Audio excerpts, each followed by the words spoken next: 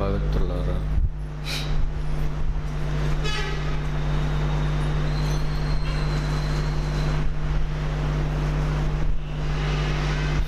సత్యానికి రూపు లేదు.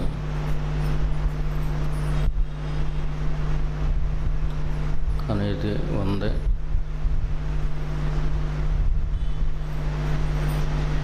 సత్యానికి రూపు లేదు, కానీ అది ఉంది. ఎలా ఉంది? ఉండటంగా ఉంది.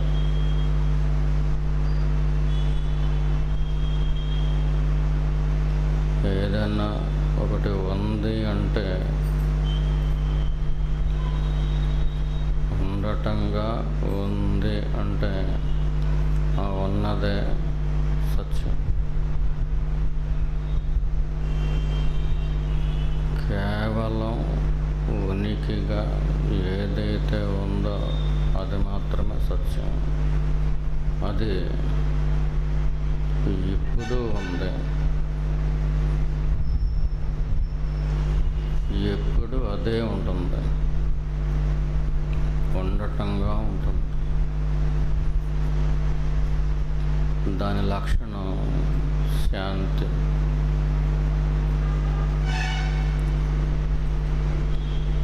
దానికి పేరు ఊరు ఏమీ లేవు. అన్ని పేర్లు దాంట్లోంచి వచ్చినాయి, అన్ని ఊళ్ళు దాంట్లోంచే పుడుతున్నాయి.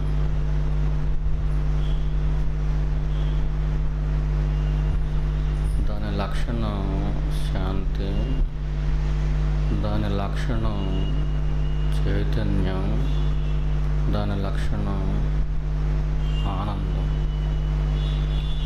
ఎడతెరపి లేని ఆనందం. సత్యం యొక్క లక్షణం అనంతమైన ఆనందం.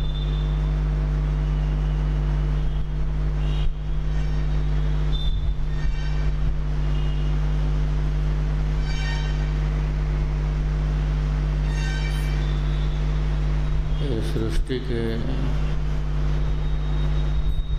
అంతం ఉంది. ఈ సృష్టి పుట్టింది. ఈ పుట్టిన సృష్టి ఏదో ఒక రోజుని లయిస్తుంది. సత్యం పుట్టలేదు.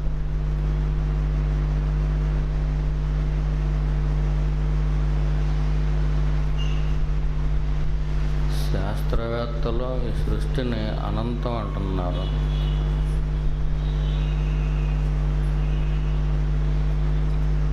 ఆ సృష్టి దేంట్లోంచైతే పుట్టిందో అది అనంతం.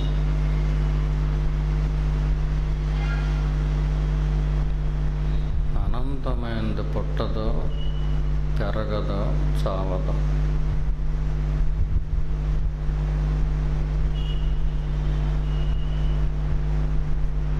పుట్టుక ఎలా ఉంటుందో తెలియని అనంతమైన సుఖరూపమైన సత్యం అది మన హృదయంలోనే పెట్టుకున్నాం. కానీ నిత్యం ఏదో ఒక దానికోసం ఏడుస్తున్నాం.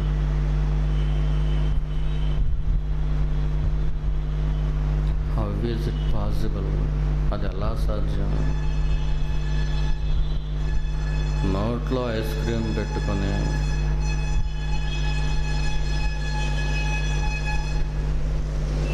చల్లదనం అనుభవించడం మానేసి నోరు మండిపోతుంది అని ఎవరంటారు? ఈ భూమి మీద కనీసం ఒక్కరినైనా చూపించగలమా? నోట్లో ఐస్ క్రీమ్ పెట్టుకొని తీయగా లేదు, చల్లగా లేదు, ఆనందంగా లేదు, మండిపోతుంది నా నాలుకే, నా నోరంతా పాడైపోయింది అని ఎవరంటారు? ఒక్కరినైనా మనం చూపించగలమా? చూపించలేము. అది అసాధ్యం.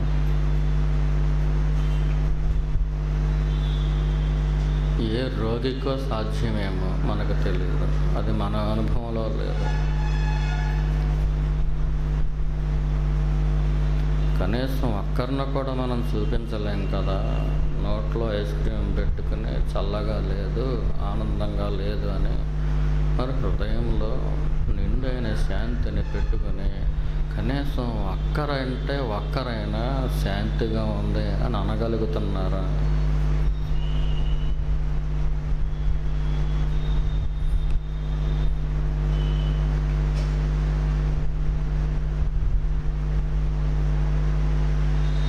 నోట్లో పెట్టుకున్న ఐస్ క్రీమ్ ఆ చల్లదనం మనకు తెలుస్తుంది.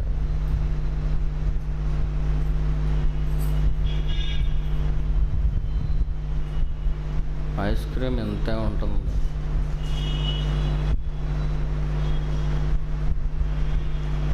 అది అనంతం కాదు.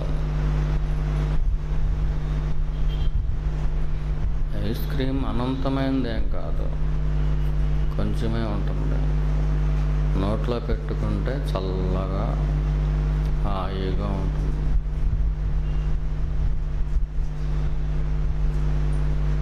మరి మన హృదయంలో ఉన్న సుఖం అది అంతం కాదు. ఐస్ క్రీమ్ అంత ఉండేదేం కాదు, అది అనంతమైనది.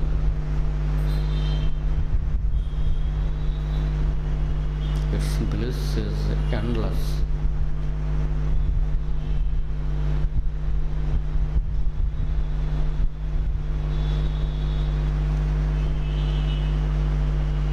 It's fragrance is marvellous.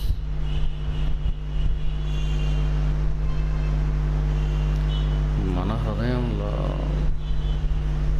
ఉన్న సత్యం, దాంట్లోంచి వచ్చే సుఖం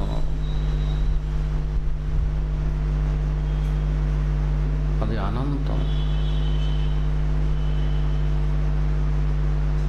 ఒక క్షణంలో ఉండి ఇంకొక క్షణంలో పోయే సుఖం కాదు. మెలకువలో ఉన్నప్పుడు ఉండే నిద్రలో పోయే సుఖం కాదు. నీ జాగ్రత్త అవస్థలోనూ ఆ సుఖం అలాగే ఉంటుంది. నీ స్వప్నావస్థలోనూ ఆ సుఖం అలాగే ఉంటుంది. ఆఖరికి నీ గాఢ నిద్రలో సైతం అదే సుఖం నిర్విరామంగా నీకు తెలుస్తూనే ఉంటుంది.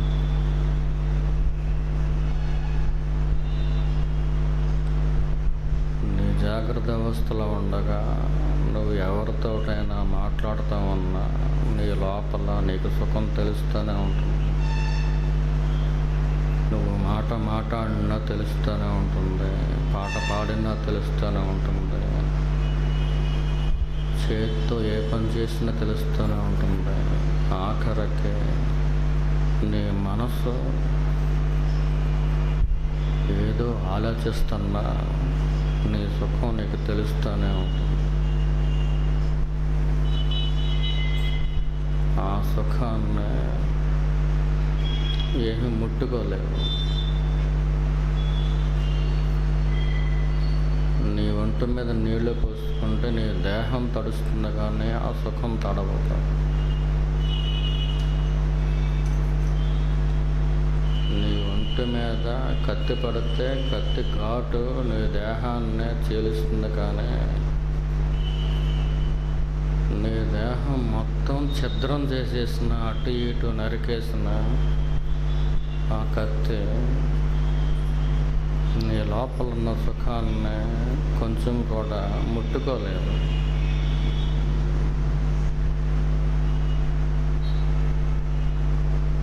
ఏదో ఒక రోజుని నీ దేహాన్ని శ్మశానానికి తీసుకెళ్ళి కాలుస్తూ ఉంటే నీ దేహాన్ని ఆ అగ్ని కాల్చగలదు కానీ నీవుగా ఉన్న ఆ సుఖాన్ని ఏమాత్రం ముట్టుకోలేదు.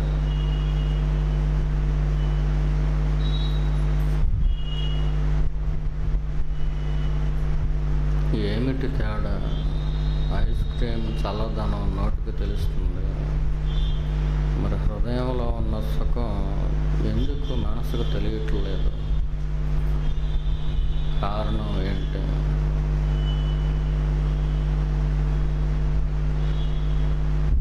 ఈశ్వరుడు కాశీలో ఉన్నాడు, అరుణాచలంలో ఉన్నాడు, గునిపూడి గుళ్ళో ఉన్నాడు, శ్రీశైలం గుళ్ళో ఉన్నాడు అని అనటం కేవలం పాక్షిక సత్యమే కానీ సంపూర్ణ సత్యం కాదు. ఈ మాట అంటున్నందుకు మీరు మమ్మల్ని క్షమించాలి.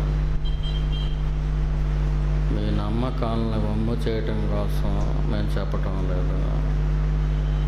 ఉన్నది ఉన్నట్టుగా చెప్పటానికి మిమ్మల్ని సన్నద్ధులుగా తయారు చేస్తాం. నిజం మీకు తెలియబడాలి. గుడిలో ఉన్న దేవుడు కేవలం పాక్షిక సత్యం. ఈ దేహం వచ్చిన తర్వాత ఆ దేవుడు వచ్చాడు. నీ దేహం రాకముందు, ఈ భూమి మీదకి నీ దేహం రాకముందు, ఈ భూమి ఉనికిలోకి రాకముందు ఆ సత్యం ఎప్పుడూ ఉంది. నువ్వు పుట్టకముందు నీ హృదయంలో ఉన్న సత్యం ఉంది.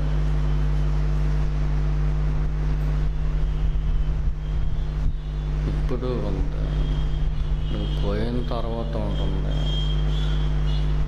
నీకు రాబోయే ఏ జన్మల్లో అయినా ఆ సత్యాన్ని విడిచిపెట్టి నీకు జన్మ రాదు. హృదయంలో ఉన్న సత్యమే, హృదయంలో ఉన్న ఈశ్వరుడే, ఆ హృదయంలో ఉన్న నారాయణుడే, అది మాత్రమే సత్యం. వారు ఉనికిగా ఉన్నారు, వారు చైతన్యంగా ఉన్నారు, వారు ఆనందంగా ఉన్నారు. ఇది ఎలా సాధ్యం? మనకి ఒకే ఒక్క ప్రశ్నని మీరు వేసుకోండి. ఇంటికి వెళ్ళిన తర్వాత దాన్ని రిపీట్ చేసుకోండి. ఏంటో ప్రశ్న? నోట్లో ఐస్ క్రీమ్ పెట్టుకుంటే చల్లగా ఉంటుంది కదా, హృదయంలో శాంతిని, సత్యాన్ని మనం పెట్టుకోక్కర్లేదు, ఆల్రెడీ ఉంది. మరి ఎందుకు మనకు చల్లదనం తెలియటం లేదు?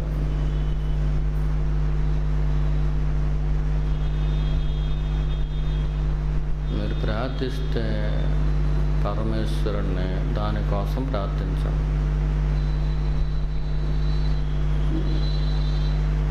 సర్వ జీవుల హృదయాల్లో అంతర్యామిగా నేనే ఉన్నాను అని ఈశ్వరుడు చెప్పాడు.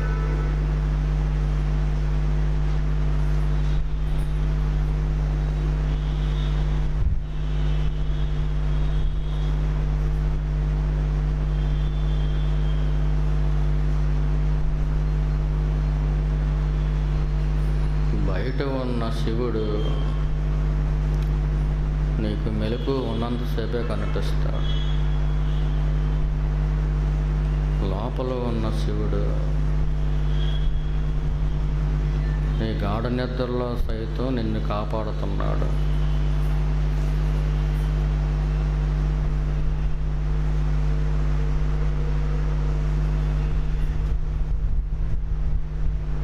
ఈశ్వరుడు యొక్క నిజమైన అడ్రస్ నీ హృదయమే.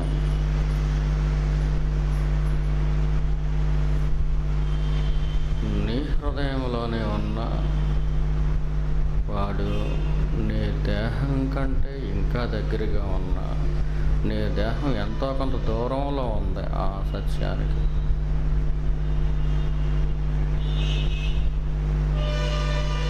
వాడు నీ దేహం కంటే దగ్గరగా ఉన్నాడు, నీ మనసు కంటే కూడా దగ్గరగా ఉన్నాడు. ఇంత దగ్గరగా ఉన్నవాడిని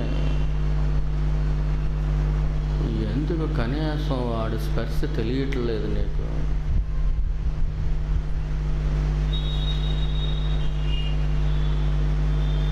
ఇది ఎంత విచిత్రం!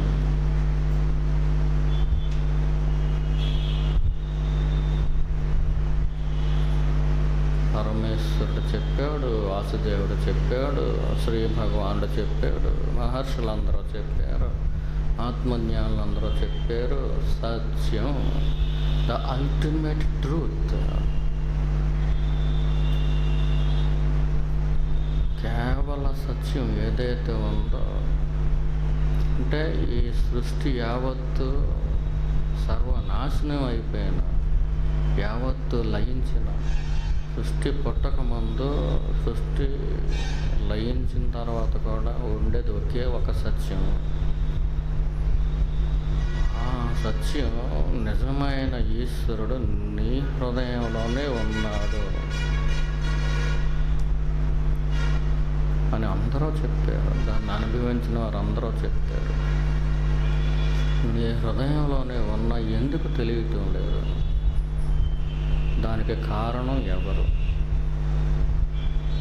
ఎవరు దానికి కారణం?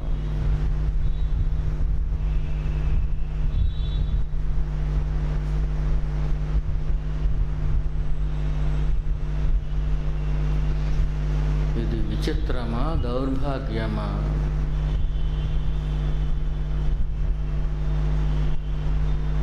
ఈశ్వరుడు మన హృదయంలో ఉండటం మన భాగ్యం.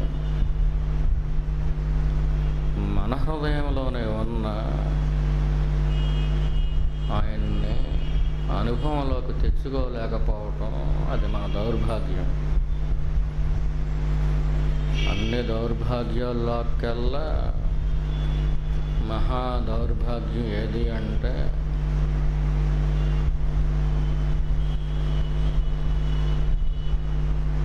నీ హృదయంలో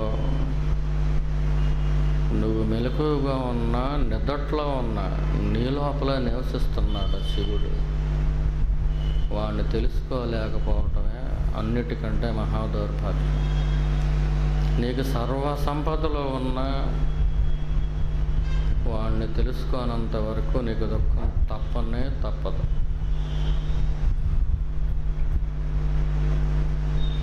ఈ లోకంలో అందరికంటే కడు బికారు అయినా, నువ్వు బిచ్చగాడువైనా, నీ హృదయంలో ఉన్న ఆ ప్రభువు నీకు వ్యక్తం అయితే నిన్ను మించిన చక్రవర్తి లేనే లేడు. భిక్షాపాత్రను పట్టుకున్న గౌతమ బుద్ధుడు ఈ సృష్టికే కాదు,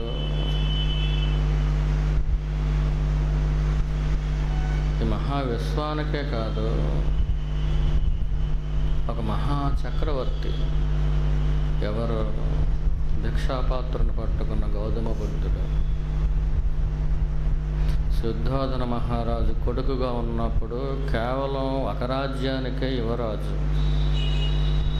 మహా అయితే ఆ రాజ్యానికి రాజు అవుతాడు.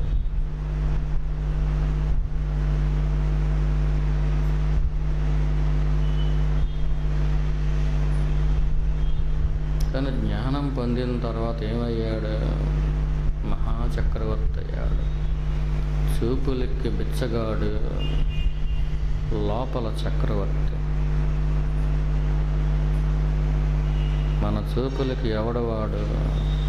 ఈ శ్రీ భగవానుడు ఉన్నాడు, గోచే పెట్టుకుని ఉన్నాడు. వాడు చూపులకి, లౌకికులైన వారి చూపులకి వాడు ఒక బిచ్చగాడు.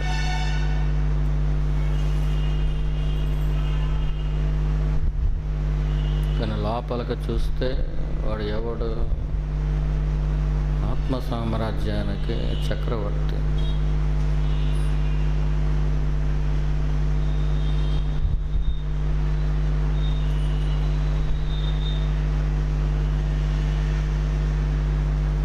మనకి ఏది కావాలి?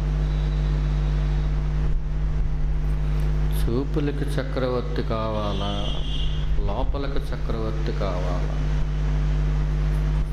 ఏది మనకు కావాలి?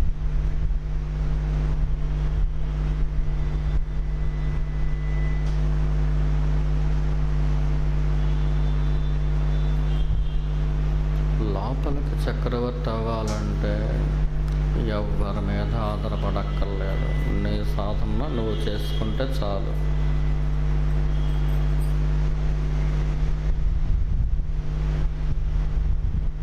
సిఫార్సులతో పని అవ్వదు. నీ నిజాయితీతో పని అవుతుంది.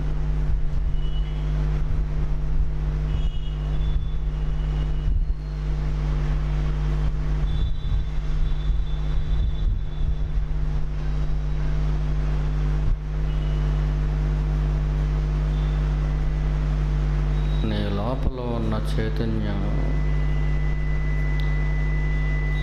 ఎవరి సిఫార్సుల్ని తీసుకోదు. నీకు నిజాయితీ ఉందా లేదా? నీ సాధనలో సిన్సియారిటీ ఉందా లేదా?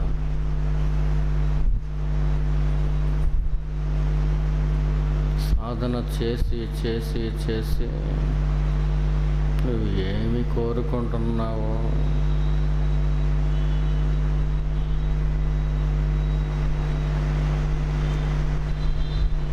అది చూస్తాడు.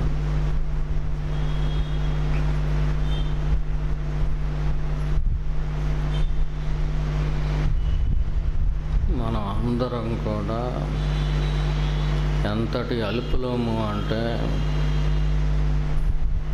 మనకు కష్టం వస్తేనే భగవంతుణ్ణి సమీపిస్తాం. మనకు దుఃఖం వచ్చినప్పుడే ఈశ్వరుణ్ణి స్మరిస్తాం. మనం సుఖంగా ఉన్నప్పుడు ఈశ్వరుడు గుర్తుకు రాడు. అంతటి అలుపులు మనం. ఈ అలుపులకి ఆత్మజ్ఞానం పొరపాటును కూడా దొరకదు. అది ఎందుచేతనంటే వారిలోనే మోసం ఉంది, అంటే మనలోనే మోసం ఉంది. మనం అడిగేది ఆత్మజ్ఞానం, కోరేది లోకభాగం. నోటితో అడుగుతాం ఆత్మజ్ఞానాన్ని ఇవ్వు అని, మనసుతో కోరతాం నాకు ఇంకా భాగాలు అనుభవించాలని ఉంది. నోటితో అడిగింది పట్టించుకోడు పరమేశ్వరుడు. మనసుతో ఏం కోరుతున్నావు అది మాత్రమే చూస్తాడు.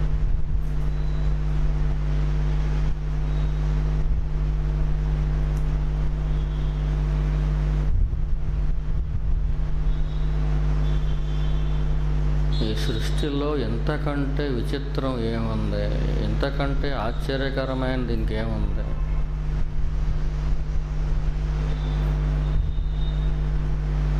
నోట్లో ఐస్ క్రీమ్ పెట్టుకున్నప్పుడు చల్లదనం తెలిసినప్పుడు హృదయంలో నిండైన శాంతి, ఒక మహా అంతులేని సుఖ సముద్రం లోపల పెట్టుకుని మరి మనకి ఎందుకు అశాంతి వస్తుంది? ఎందుకు దుఃఖం వస్తుంది?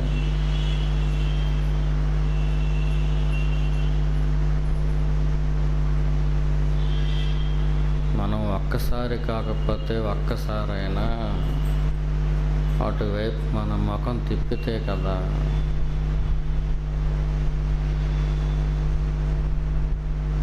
మేము ఎప్పుడు హృదయంలో ఉన్న పరమేశ్వరుణ్ణి స్మరించుకుంటున్నామండి, కానీ మాకు రావటం లేదు అంటే అర్థం ఏంటంటే,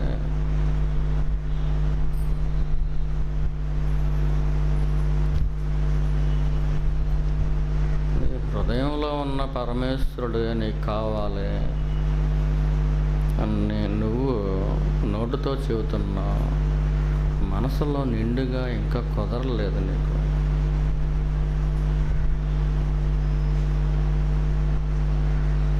నోరు కాదు చెప్పటం, మనసు చెప్పాలి.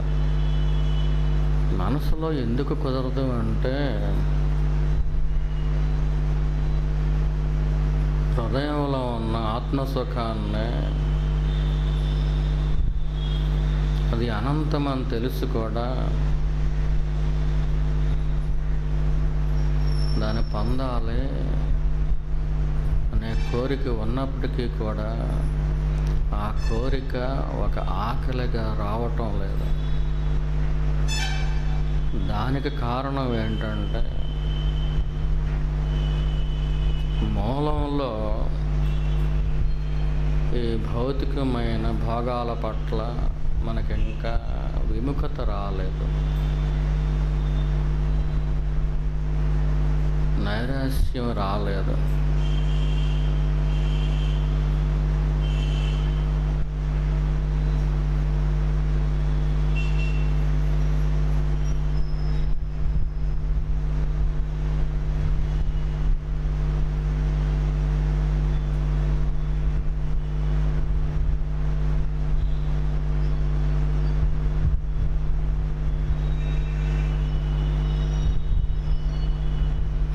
అయితే ఆత్మసుఖం లేకపోతే లోకసుఖం. ఆత్మసుఖం అనంతం, అది అవ్యయము, అది ఆభవము, అది పూర్ణము. లోకసుఖం కేవలం తలంపు.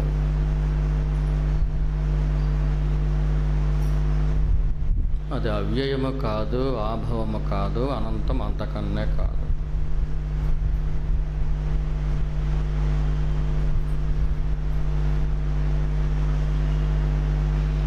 ఏ పసిపిల్లవాడు కూడా తన తల్లి పాలను ఇరువైపుల నుంచి ఏకకాలంలో తాగలేడు.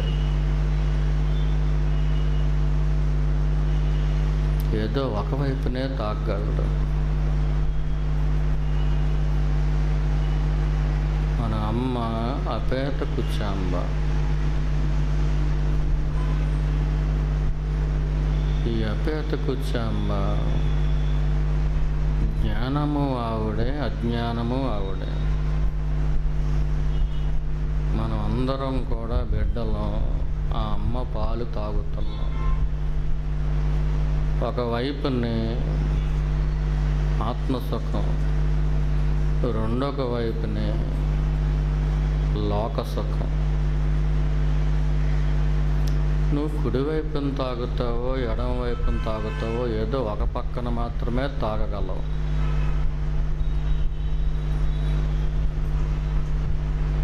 ఆత్మసుఖం త్రాగాలి అంటే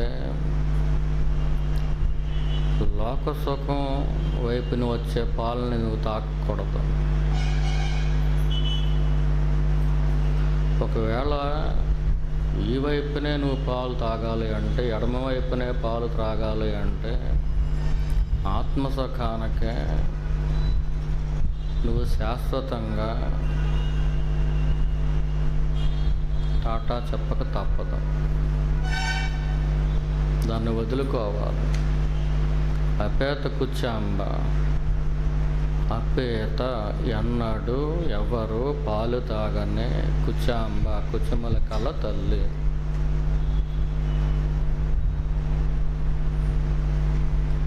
ఒకటి జ్ఞానక్షేరము, రెండవది అజ్ఞానక్షేరము. రెండు అమ్మలోంచే వస్తాయి.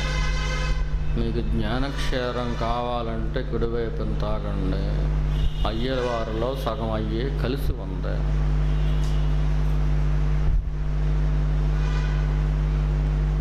మాకు అజ్ఞానమే కావాలనుకుంటే ఎడమ వైపునే త్రాగండి.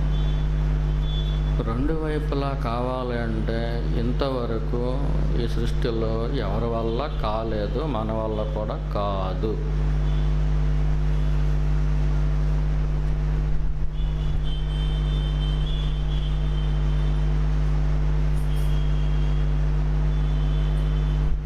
మనకు జ్ఞానక్షేరం కావాలి అంటే అజ్ఞానక్షేరాన్ని వదలాలి.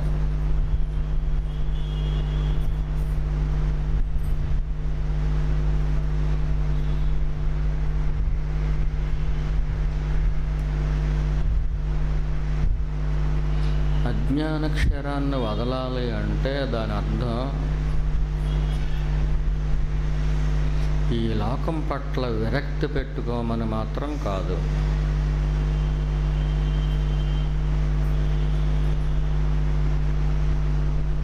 ఈ జన్మలో మనం దేని పట్ల అయితే విరక్తి పెట్టుకుంటామో, దేన్నైతే బలవంతంగా నిర్దాక్షిణ్యంగా అణిచివేస్తామో, ఆ కోరిక దాని పూర్తి బలాన్ని పుంజుకొని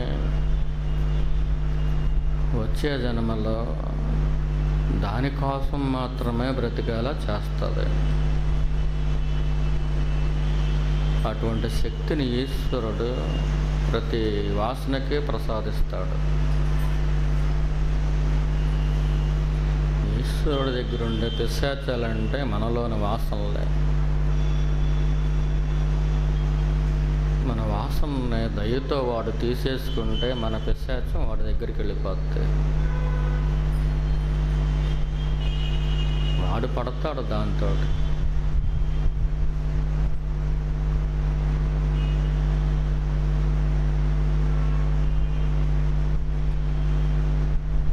విరక్తి పనికిరాదు.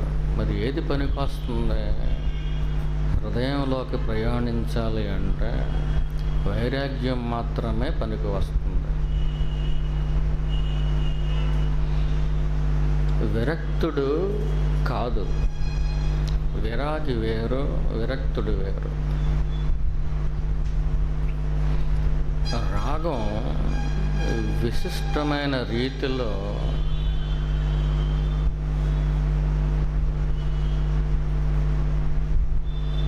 ఏ విధంగా చేస్తే అది మనల్ని అంటుకోదో అలా చేస్తే, ఏ విధంగా మన ఒంటి మీద మన మనసు మీద అనుభవిస్తే అది మన మనసులో ముద్ర వెయ్యదో అలా మనం అనుభవించటం, విశిష్టంగా ఆ రాగాన్ని అనుభవించటం, అది విరాగం. విరాగమే వైరాగ్యము.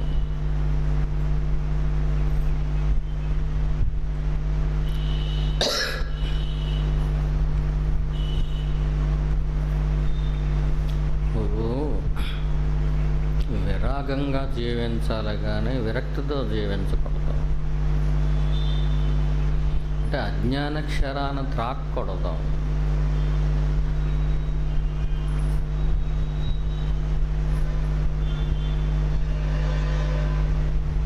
మనసుతో త్రాక్కూడదు. నోటికి త్రాగక తప్పదు. నీ ప్రారంధంలో నీ ఒంటి మీద అజ్ఞాన క్షరాన్ని త్రాగటం అనేది ఉంటే అది తప్పదు. అది దేహానికే పరిమితం చెయ్యాలి తప్పించి మనసుకు పట్టించకూడదు. మనసుకు పట్టిస్తే ముద్ర పడుతుంది. అజ్ఞాన క్షరాన్ని త్రాగటం అనేది నీకు ఒంటి మీద ఉన్నప్పుడు, త్రాగక తప్పనప్పుడు త్రాగి తీరతావు. కానీ ఓ ప్రభు అరుణాచలేశ్వర, నాకు అజ్ఞాన క్షరం వద్దు, సుజ్ఞాన క్షరమే కావాలి అని నువ్వు ప్రభువుని ప్రార్థించిన నాడు నీ మనసు ప్రభువు యొక్క పాదాల దగ్గర ఉంటుంది. నీ దేహం ఏది తాగాలో అది తాగుద్ది. అప్పుడు నువ్వు తాగిన వాడితో సమానం. మనసు తాగిందే తాగుడు, మనసు తిన్నదే తిండి, మనసు విన్నదే శ్రవణం. చెవులు విన్నంత మాత్రాన శ్రవణం కాదు, నోరు చెప్పినంత మాత్రాన నామం కాదు. మనసు చెప్తేనే నామం, మనసు వింటేనే శ్రవణం, మనసు చేస్తేనే పని. చేతులతో చేసినంత మాత్రాన పని కాదు. నీ చేతులతో ఏ పని అవ్వాలో పుట్టుక నుంచి చచ్చిపోయే వరకు నీ చేతులతో ఏ పని చెయ్యాలో, నీ కాళ్ళతో ఎక్కడెక్కడ నడవాలో, నీ దేహాన్ని ఎక్కడెక్కడ కూర్చోబెట్టాలో, నీ మేను ఎక్కడ పడుకోవాలో, ఎవ్రీథింగ్ ఈజ్ డిటర్మిన్డ్. ప్రతిదీ నిర్ణయించబడి నువ్వు భూమి మీదకి వచ్చావు. దానిలో నీకు స్వతంత్రత లేదు. నీ దేహం ఎక్కడ ఉండాలి అనే దానిలో నీకు స్వతంత్రత లేదు. నీ దేహం ఏ పని చెయ్యాలో అనే దానిలో నీకు స్వతంత్రత లేదు. కానీ నువ్వు బాగుపడటానికి మాత్రం స్వతంత్రత ఉంది. హృదయంలో ఉన్న అనంత సుఖసాగరాన్ని అందుకోవడానికి మాత్రం నీకు స్వతంత్రత ఉంది. ఎలాగా? నీ దేహం చేసే పనితో నీ మనసును కలపకో.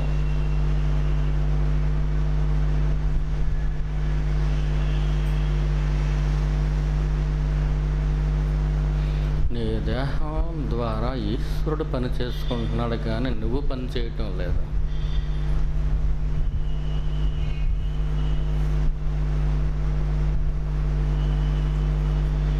హాస్పిటల్లో ఉన్న రోగి నోరు తెరవటం కష్టమైపోద్ది. వాడు ఎలా తినగలడు?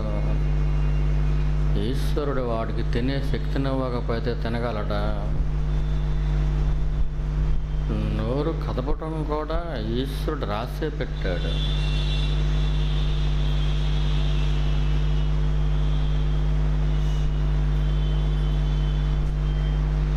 ఈశ్వరుడు రాసి పెట్టిన పని మన దేహానికి తప్పనే తప్పదు. ఎప్పుడు వాడు ఉపసంహరించేదాకా వాడు ఉపసంహరిస్తాడు. ఎప్పుడు ఉపసంహరిస్తాడంటే, నువ్వు మనసుతో ఏమి తినటం లేదనుకో, నీ నాలుక మాత్రమే తింటుందనుకో, నువ్వు మనసుతో ఏ పని చేయటం లేదనుకో, నీ దేహం మాత్రమే పని చేస్తుందనుకో,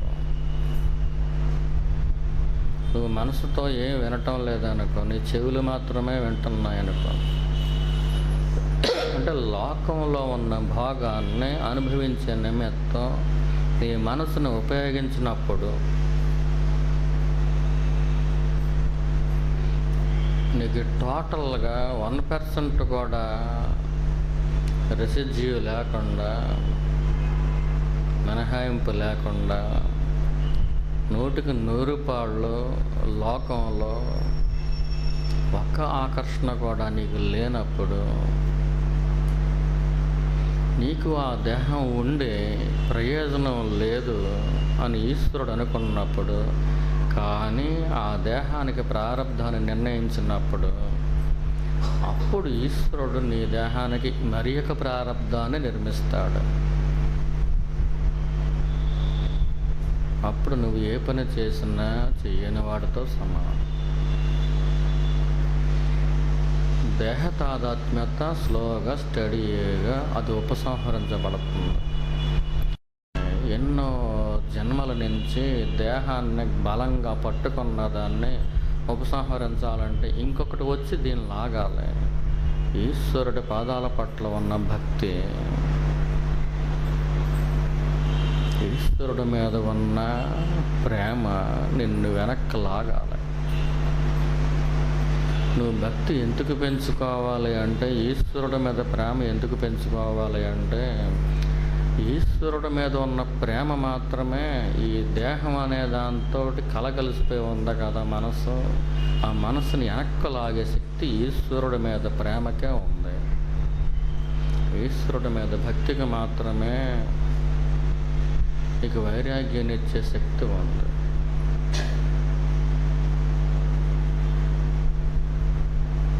మీకు గురువు పట్ల భక్తి కలుగుతుంది. ఒకానొక సమయంలో గురువు పట్ల ప్రేమ కూడా కలుగుతుంది. లోకంలో సంసారంలో బ్రతకటానికి అలవాటు పడ్డ ఈ జీవుడికి, ఈ లోపలున్న జీవుడికి ఈ కామక్రోధాలు అనేవి అలవాటైపోయి ఆ ప్రేమని దాంట్లోంచి విడదీసుకునే శక్తి ఉండనప్పుడు ఈశ్వరుడే విడదీస్తాడు. కానీ గురువు పట్ల ప్రేమ అగ్నిని కౌగిలించుకోవడంతో సమానం. ఆ ప్రేమ కూడా మనం పెట్టుకుంటే వచ్చేది కాదు, ఈశ్వరుడు పెడితే వచ్చిన ఒక మహా అద్భుతమైన వరం.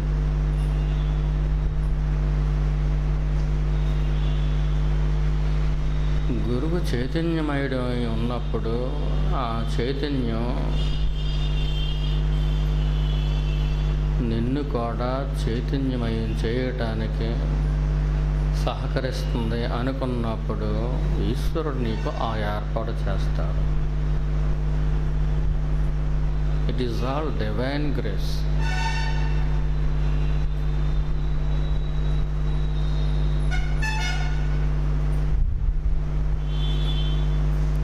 అరుణాచలేశ్వరుడు అపేతకు చెంబ పురమాయింపదు. గురువు పట్ల ప్రేమ మంచిదే, గురువు పట్ల ద్వేషం కూడా మంచిదే.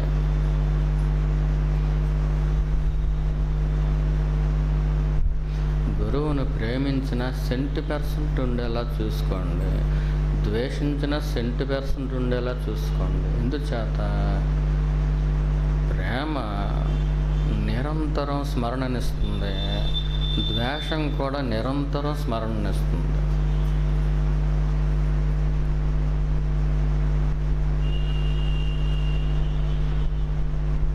తెలిసి చేసిన తెలియక చేసిన అగ్నిలో చేయి పెడితే కాలు తేరుతుంది.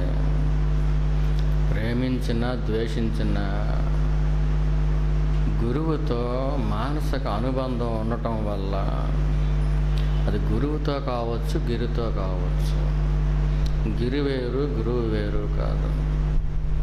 గిరి స్వరూపంలో ఉన్నవాడే లోపల చైతన్యంగా ఉన్నాడు, వాడే గురుస్వరూపంలో వస్తాడు. ఎందుకు వస్తాడంటే వాడు నిజానికి ఏదిగా ఉన్నాడో దానిలోకి నిన్ను లాగటం కోసం, దేహతాదాత్మ్యంతో ఉన్న నీ మనసుని వెనక్కి లాగి దాన్ని కొంచెం తయారు చేసి భక్తిని రంగరించి పరమేశ్వరుడి పట్ల ప్రేమతో నిండారని నింపి అప్పుడు వాడికి నివేదన చేస్తే వాడి రుచి చూస్తే చాలు, ప్రసాదం అయిపోతాం. నీకంటూ సొంత మనసు ఉండదు.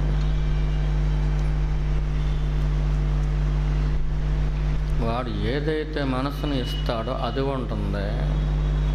అప్పుడు నీకు తెలుస్తుంది నువ్వు సాక్షాత్తు చైతన్యంగా ఉన్నావు. ఏదైతే అంతము లేదో, దేనికైతే అంతం లేదో, ఏదైతే ఎల్లప్పుడూ ఉందో అదిగా నువ్వు ఉన్నావో, దానికి ఉన్న లక్షణాల్లో ఒక లక్షణం శాంతి. ఒక గులాబీలోంచి సువాసన ఎంత సహజంగా వస్తుందో, ఉనికిగా ఉన్నటంగా ఉన్న నీలోంచి శాంతి అంతే సహజంగా బయటికి వస్తుంది. ఏ గులాబీ కూడా తాను సువాసనను వెదజల్లాలి అని అనుకోదు. నువ్వు శాంతిని ఇవ్వాలి అని చెప్పి నువ్వు అనుకోవు. నీకు ఒక లక్షణంగా మారిపోతుంది. నువ్వు ఉనికిగా ఉంటే, ఉండటంగా మాత్రమే ఉంటే, నువ్వు ఎప్పుడూ ఉన్నావు. నీకు ఆది అంటూ లేదు, నువ్వు అనాదిగా ఉన్నావు. ఆది లేకపోవటం అన్నది. ఎన్నో ఏళ్ల నుంచి వస్తున్నావు అని కాదు, ఎన్నో ఏళ్ళైనా పుట్టుక ఉన్నప్పుడు చావు ఉంటుంది. అనాది అంటే ఆది లేదు, పుట్టుకే లేదు దానికి. పుట్టుక లేని ఆ సత్యం ఏదైతే ఉందో అదిగా నువ్వు ఉంటావు.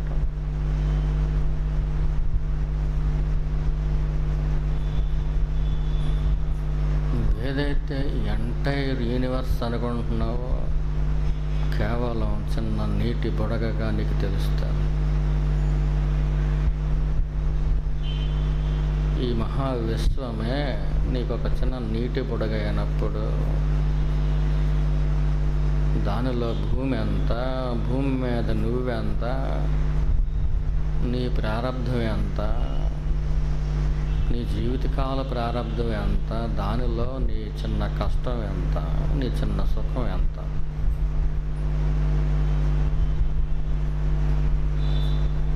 దేనికైతే ఆది లేదో, దేనికైతే అంతం లేదో,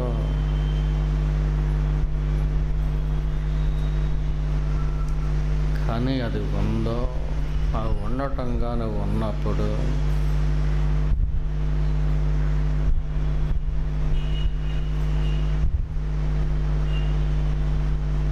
కొన్ని కోట్ల సంవత్సరాలు కూడా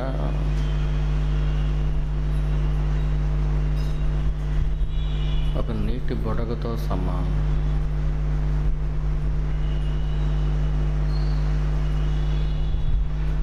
అప్పుడు కృష్ణుడు నువ్వే, శివుడు నువ్వే, కేశవుడు నువ్వే, అమ్మవే నువ్వే, అయ్యవే నువ్వే.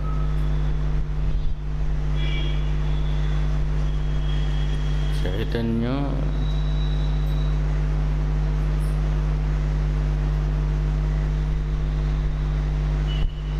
అన్నీ దాంట్లోంచి రావాల్సిందే, అది నువ్వే.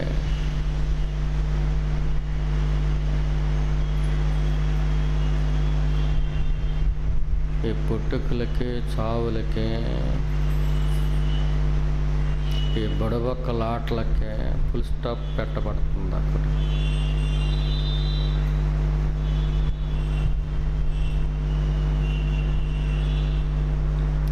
నాటకం నిజం కాదని తెలిసినప్పుడు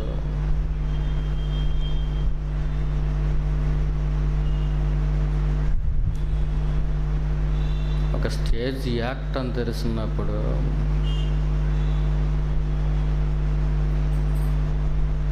దానిలోని సుఖదుఖాలకి, ఆ ప్లే జరుగుతున్నప్పుడు దానిలోని సుఖదుఖాలకి ఎవరు నిజంగా బాధపడతారు?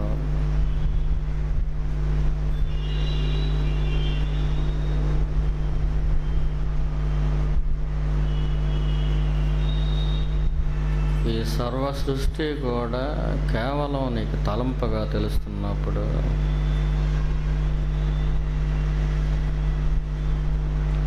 నీ దుఃఖం కూడా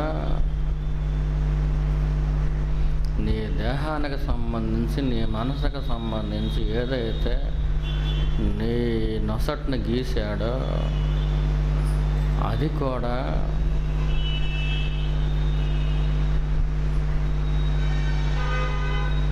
నీకు హాస్యంగా మారుతుంది.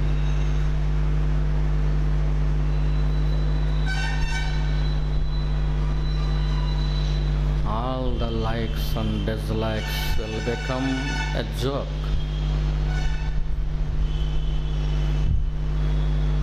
All the pains and pleasures will become a joke.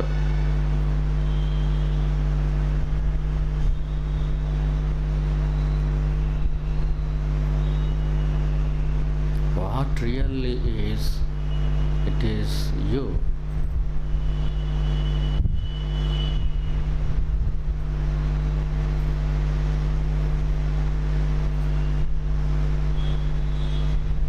నీకు కష్టాలు ఉన్నాయే అని చెప్పి నువ్వు అనుకో.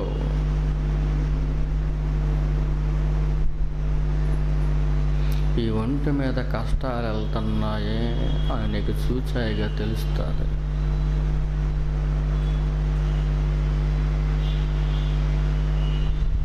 వీరు బంగారు తల్లులు అయ్యుండొచ్చు, కానీ నిజమైన బంగారు తల్లులు గోపికలే. వారికి అలా అనిపించింది. కృష్ణ ప్రేమలో పడి, కృష్ణుడు మొగుడే వాళ్ళకే కాదు, కృష్ణుడు ప్రేమికుడు. గోపికలది నిజమైన ప్రేమ. వారి భక్తులకు ఏనాడు అన్యాయం చేయలేదు, వారి బిడ్డలకు ఏనాడు అన్యాయం చేయలేదు. గోపికల ప్రేమ ఎలా ఉంటుందో తెలియాలి అంటే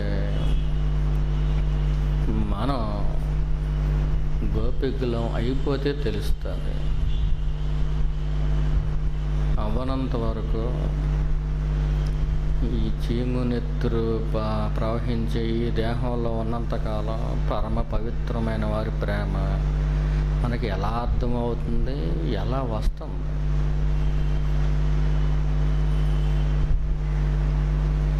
గోపికలు ఎంత పరమ పవిత్రులంటే, నిజమైన బంగారు తల్లులంటే, వారి ఒంటి మీదకి ఎప్పుడు ఏ ప్రారంధం వచ్చిందే కూడా తెలియలేదంట.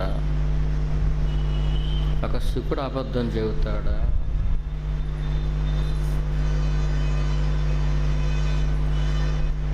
రెండు చేతుల నారాయణమూర్తి వ్యాసుల వారి కుమారుడు, వాడు అబద్ధం చెప్పాడా?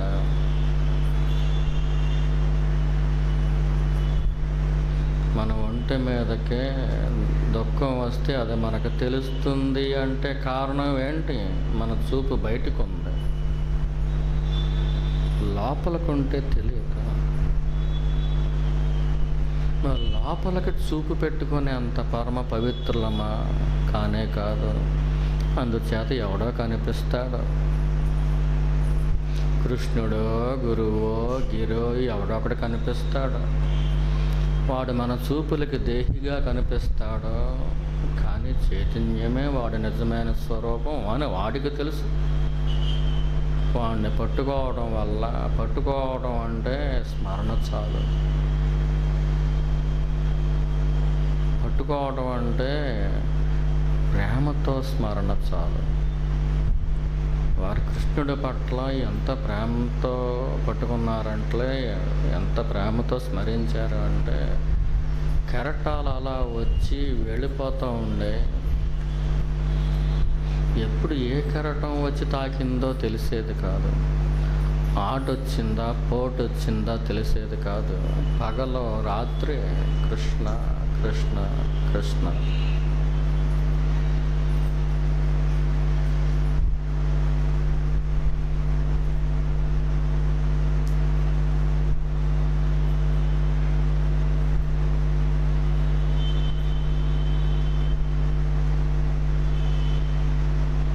పగలు రాత్రి అంటే అన్ని పనుల్లోనూ కూడా వారి స్మరణ, జపం వేరు. వారి స్మరణ అంటే మనస్సు పలకరించేది కృష్ణుణ్ణి. లేచిన వెంటనే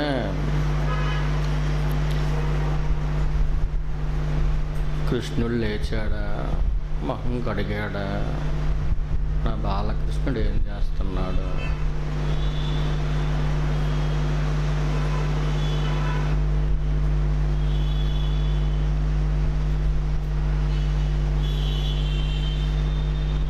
వాడు తిన్నాడా తినలేదా,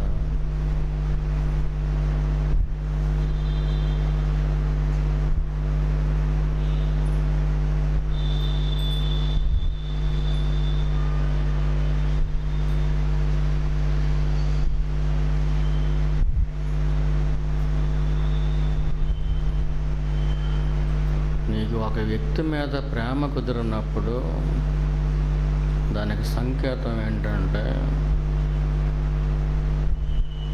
నువ్వు నిద్రట లేస్తూనే ఆ స్మరణ నీకు వచ్చేస్తుంది.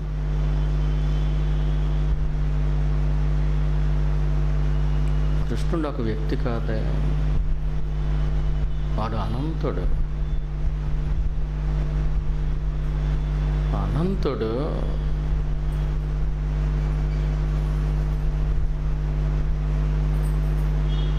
మన మీద దయ చూపించి దేహిగా వచ్చాడు. వాడు మనలాగా సాధన చేసుకుని పొందినవాడు కాదు. స్వయాన పరబ్రహ్మం. అందుచేతే దానిని మనకు గుర్తు చేయటం కోసం ఆ దేవకి గర్భాన కృష్ణుడు పుట్టాడు అని రాయలేదు. పుట్టినవాడి వలె కనిపించాడు. పుట్టినప్పుడు అంటే పుట్టినవాడి వలె కనిపించినప్పుడు శంకు చక్ర గదా హస్తాలతో వచ్చాడు. మెడలో మాలతో సహా వచ్చాడు. దేవకి అలాగే చూసింది, వసుదేవుడు అలాగే చూశాడు.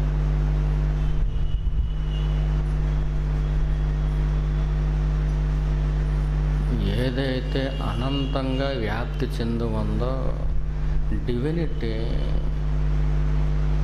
హ్యావ్ టేకెన్ ఎ ఫార్మ్, ఒక రూపం పొందింది. దేవకి గర్భం మోయటం ఒక వంపు. లోకానికి అలా చూపించాలి కాబట్టి చూపించాడు. దేవకి గర్భాన మనలాగా 1వ నెలలో ఈ పని జరిగి 2వ నెలలో ఆ పని జరిగి 9 నెలలకి నిండుగా మనిషిగా తయారవ్వడం అలా జరగలేదు.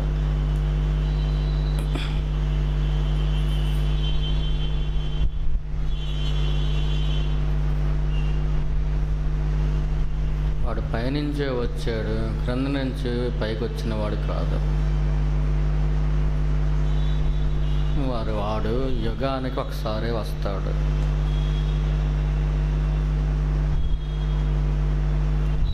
మనబోటి వారి పని ఏంటి? మనబోటి వారి గతి ఏంటి?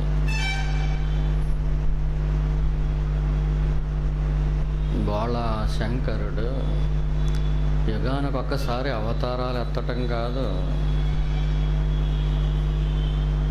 ఎప్పుడు ఎక్కడ ఎవరికి జ్ఞానం ప్రసాదించాలి అని యుగాల తరబడి అదే పని మీద ఉంటాడు.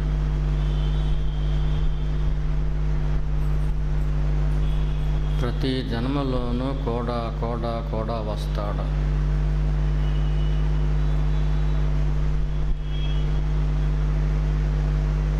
మన చూపు రోడ్డు మీద ఉన్నప్పుడు, రోడ్డుని పడి మనం నడుస్తూ వెళ్ళిపోతున్నప్పుడు ఉన్నట్టుండి ఒకసారి ముఖం తిప్పుతాడు.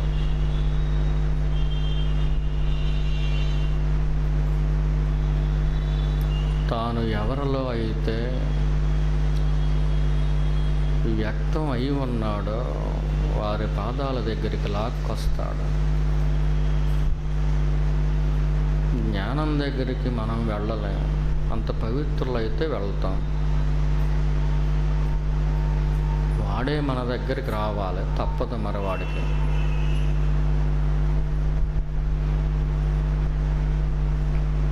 పూర్వజన్మల్లో ఎంతో సాధన చేసి ఏ కొంచెం సాధన మిగిలిపోతే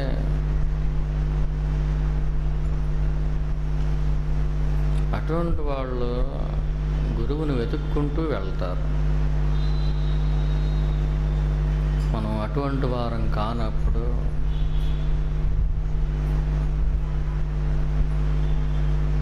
మన పక్కింటికే కాదు, మన ఇంటికే చైతన్యం ఒక రూపం వేసుకుని వచ్చినా మనం గుర్తించాలని అనిపించదు. మన బుద్ధిలో ఉన్న మాలిన్యం, మన మనసులో ఉన్న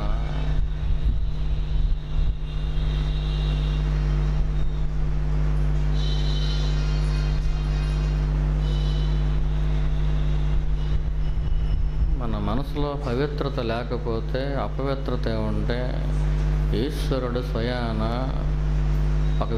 ఒక వ్యక్తిలో వాడు ఎవాల్వ్ అయ్యి ఉంటే వాడు మన ఇంటికి వచ్చి మనం గమనించబుద్ధి కాదు. ఒప్పుకునే బుద్ధి మనకు రాదు, మన మనసుకి ఒప్పుకోనివ్వదు.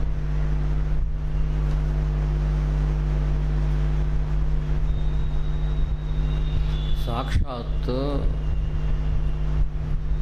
దేవాది దేవుడు, ఆదిదేవుడు సంపూర్ణ అవతారం శ్రీకృష్ణుణ్ణే ఒక మనిషిగా చూశారు అంటే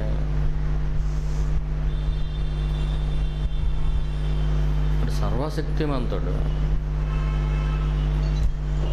పరిపూర్ణ అవతారం, అటువంటి వాడినే ఒక మనిషిగా చూశారు అంటే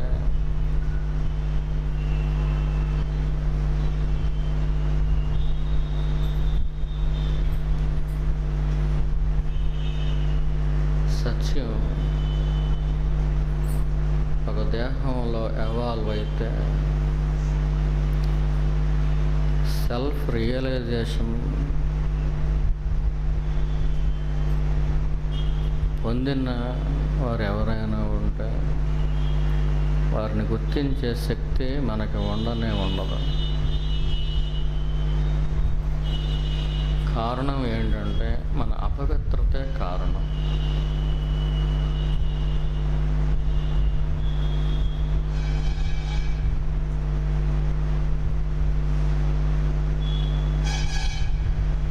మనలో ఏ మాలిన్యాలు ఉంటాయో ఆయా మాలిన్యాలు అనే కళ్ళజోళ్ళతోటి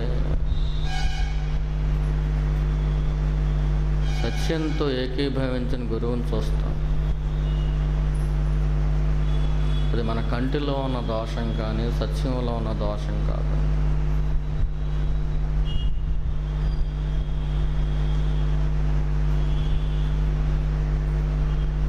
మంచివాడికి దుర్మార్గుడికి కూడా గులాబీ సహజంగానే తన సువాసన ఇచ్చేస్తాడు.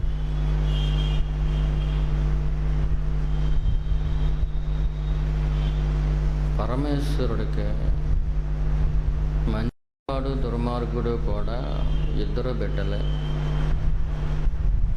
దేవతలు రాక్షసులు కూడా శివుడికి సమానం.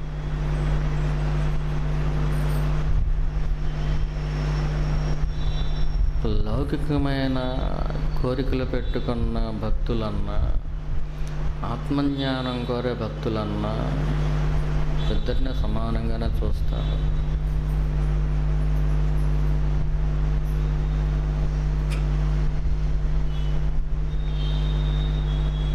ఆత్మజ్ఞానం కోరుకునే భక్తులు వాళ్ళు ఎక్కువ లాభం పొందుతారు. లౌకికమైన కోరికలు పెట్టుకునే భక్తులు క్షణికమైనటువంటి సుఖాలను పొందుతారు.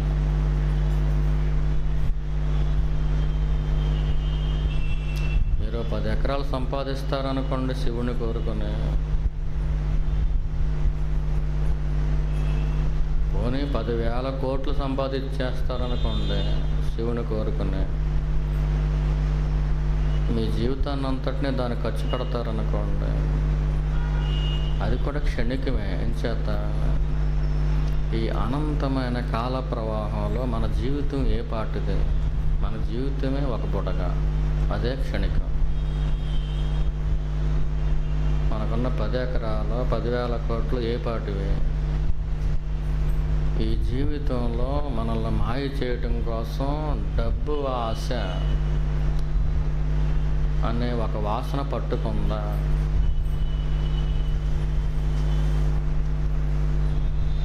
పొరపాటును కూడా ఈ జన్మే కాదు, రాబోయే చాలా జన్మల పాటు మనం ఎదురు చూడక్కర్లేదు జ్ఞానం కోసం. యేసు చెప్పింది కరెక్టే.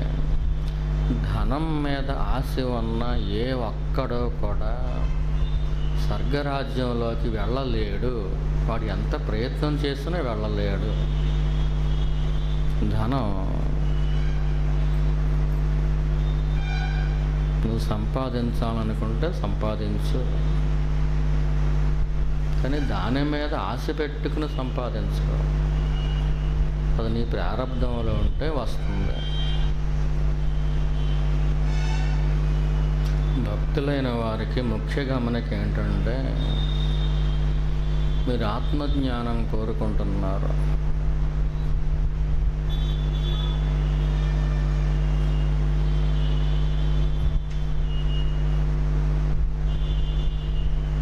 అరుణాచల నామం స్మరించగా స్మరించగా నెమ్మదిగా నెమ్మదిగా పవిత్రులవుతారు.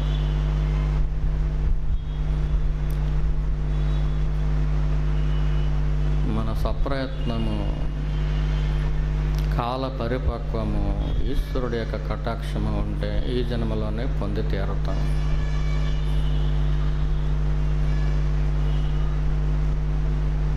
కానీ దానికి కొన్ని ఆటంకాలు కూడా ఎదురవుతాయి.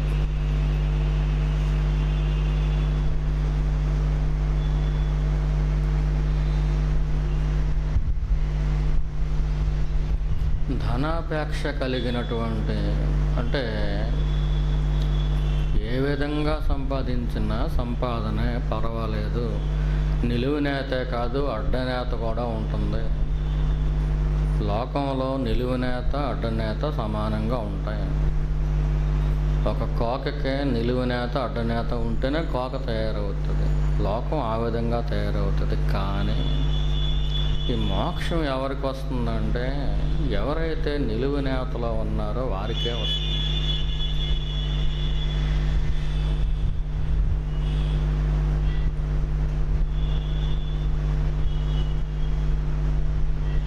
మీరు నిలువునేతలో ఉన్నారా లేదా? మీ చేతుల్లో లేదనుకోండి, మండోదరిలా బతకటం నేర్చుకోండి.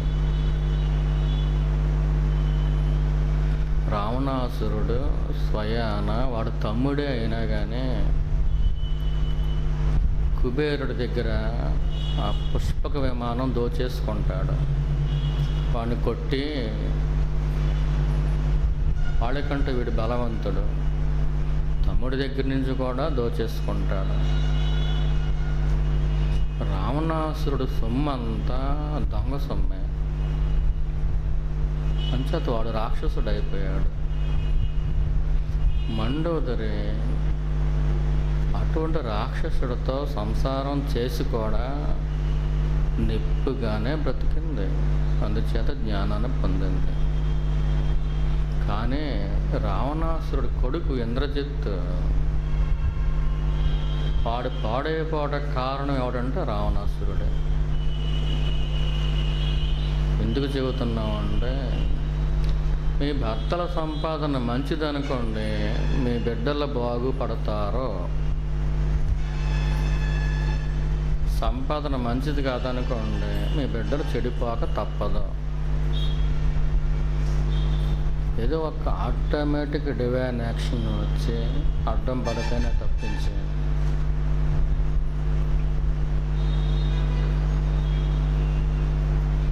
అరుణాచలేశ్వరుడు అంతటి గొప్పవాడే అనుగ్రహం వచ్చి అడ్డం పడితేనే కానీ మీ సంపాదన, అంటే మీరు ఎలాగా సంపాదించరు, భర్తలు తెచ్చింది వండి పెడతారు. మరి మీ భర్త అదే రూట్లో ఉన్నప్పుడు, మీరు చెప్పిన మాట విన్నప్పుడు, అప్పుడు కూడా మీరు తరించవచ్చు. మీ బిడ్డలకు ఆస్కారం లేదు.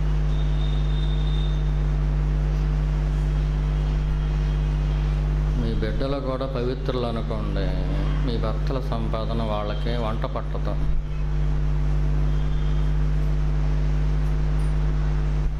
అన్నం తింటే అన్నం వాంతి అయిపోతుంది. వాళ్ళు పవిత్రులైతే.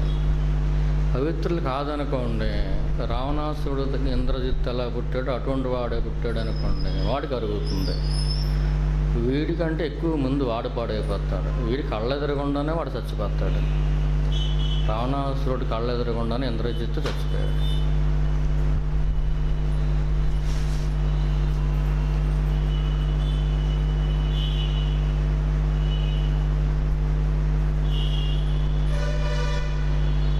అంటే నీతిగా బ్రతకటం అనేది శుద్ధ మనస్సునిస్తుంది. శుద్ధ మనస్సుకు మాత్రమే ఆ పరబ్రహ్మంలో ఐక్యమయ్యే ఆ పవిత్రత వస్తుంది. అవినీతిగా బ్రతికితే శుద్ధ మనస్సు అబద్ధం, ఇంకా లోకంలోకి లాక్కెళ్తుంది. నా దృష్టిలో గోపికల కంటే గొప్పది మండోదరి. వారి భర్తలు, గోపికల భర్తలు సర్వసామాన్యంగా ఉండే ఆ గొల్లవాళ్ళు. వాళ్ళు ఏదో వ్యవసాయం చేసుకునేవారు, పశు సంపద పెంచుకునేవారు. కానీ ఇక్కడ అలా లేదు. మండోదరి అత్యంత క్రూరుడైన శివభక్తుడితోటి, వాడు మహాశివభక్తుడే,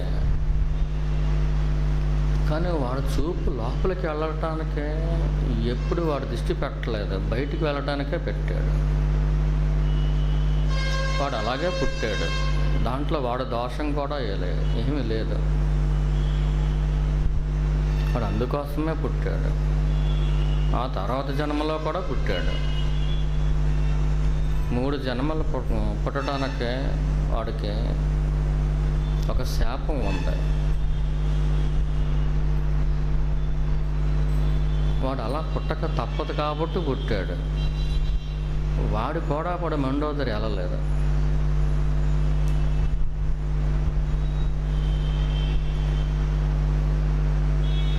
తామరాకు మీద నీటి బిందువు ఎలాగైతే అంటుకోదో తామరాకుని, అలా ముత్యంలా మెరిసింది మండోదరి.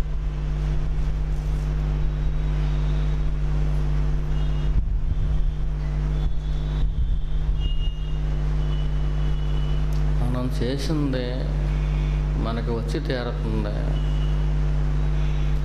ఒక పాడు పని చేయటానికి మనం సహకారం చేస్తే అది మీ ధర్మం అయితే గనక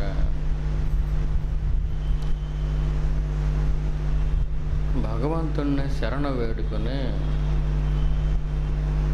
ఇటువంటి పాడు జన్మని ఎందుకు ఇచ్చేవు, నేను ఏ జన్మలో కోరుకున్నాను ప్రభు,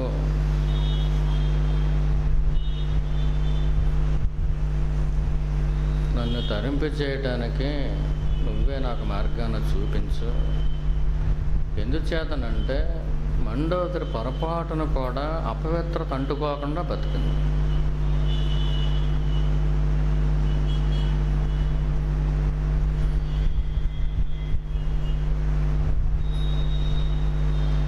వాల్మీకి కూడా ఆ ఋషి అవ్వకముందు వాడు హత్యలు చేశాడు.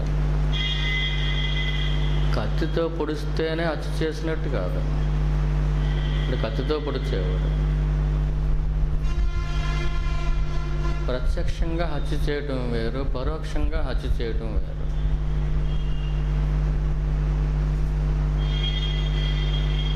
పరోక్షంగా కూడా హత్యలు జరుగుతాయి. అంటే చెడు మార్గాల్లో సంపాదించేవారు వారు మంచివారు అయి ఉండొచ్చు, కానీ పరోక్షంగా హత్యలు చేసేస్తున్నారు అనుకోండి, దానివల్ల వారు పాడవడమే కాదు, వారి బిడ్డలు కూడా పాడైపోతారు. బిడ్డలకే కాదు, చాలా వరకు ఉంటుంది దోషం. అది మన సంపద మనకి జ్ఞానాన్ని ఇవ్వటానికి ఉపయోగపడాలి, అజ్ఞానాన్ని పెంచడానికి ఉపయోగపడకూడదు.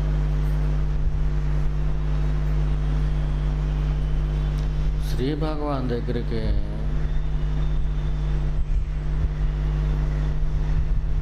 ఒక మహాకోటీశ్వరుడు వెళ్ళాడు. వాడి పేరు జమనాలాల్ బజాజ్. ఇప్పుడు బజాజ్ కంపెనీ ఉంది కదా, అది వాడిదే. వాడికి మంచి ఫ్యాక్టరీ కట్టాడు, బాగా కోటీశ్వరుడు. వాడి సంపాదన అంతా మంచిదే. అయినా కానీ లోపల ఎక్కడో ఏమో నాకు తెలియకుండా ఇంతమంది శ్రమను దోచుకుంటున్నానేమో, దోచుకుని కోటలు కట్టుకుంటున్నానేమో. అంటే ఆ రోజుల్లో కమ్యూనిజం బాగా, ఆ విప్లవ సాహిత్యం బాగా అభివృద్ధిలో ఉంది దేశంలో. మనకు స్వాతంత్రం రాలేదు అప్పటికి. ఇంకా దేశంలో ఆ విప్లవ సాహిత్యం, కమ్యూనిజం అంటే వాళ్ళు ఏం చెబుతారంటే ఈ శ్రమజీవుల రక్తం, ఈ శ్రమజీవుల స్వేదం అంతా కలిపి ఈ క్యాపిటలిస్టు పెట్టుబడిదారుడు మేడలు కడుతున్నాడు, ఆ సొమ్ము అంతా వీళ్ళదే కానీ వాడిది కాదు అంటూ ఉంటారు. వాడు మంచివాడు, జమనాలాల్ బజాజ్ చాలా సజ్జనుడు. ఒకరోజు డౌట్ వచ్చింది, నిజంగానే అంటే మనం పెట్టుబడి పెట్టాం, కోట్లు ఉన్నాయి మన దగ్గర, పెట్టుబడి పెట్టాం, వీళ్ళందరి చేత పని చేయించుకుంటున్నాం, వాళ్ళ చెమటకి సరిపడా, వాళ్ళ స్వేదానికి సరిపడా జీతాలు ఇవ్వట్లేదేమో నేను, దీనివల్ల ఏమైనా పాపం వస్తుందేమో నాకు, ఆ పాపం నాకు అంటుకోకూడదు, నా కుటుంబానికి అసలే అంటుకోకూడదు అనుకున్నాడు.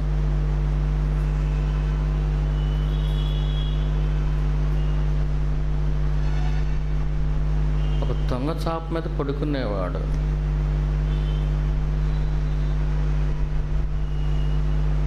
వాడు ఆహారంలో ప్రతిరోజు కూడా పెసరకట్టు ఉండేది. పెసరకట్టు మహా అయితే ఒక కూర.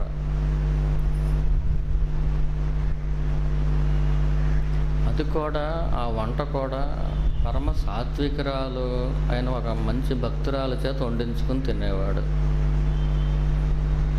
వాడు కోట్లు కోట్లు మూలుగుతున్నా కానీ దాంతో పొరపాటున కూడా టచ్ చేయలేదు. ఆ శ్రమజీవుల ఆ స్వేదం నన్ను అంటుకోకూడదు అనుకుని వాళ్ళకి జీతాలు మిగతా కంపెనీస్ కంటే ఎక్కువ ఇచ్చేవాడు.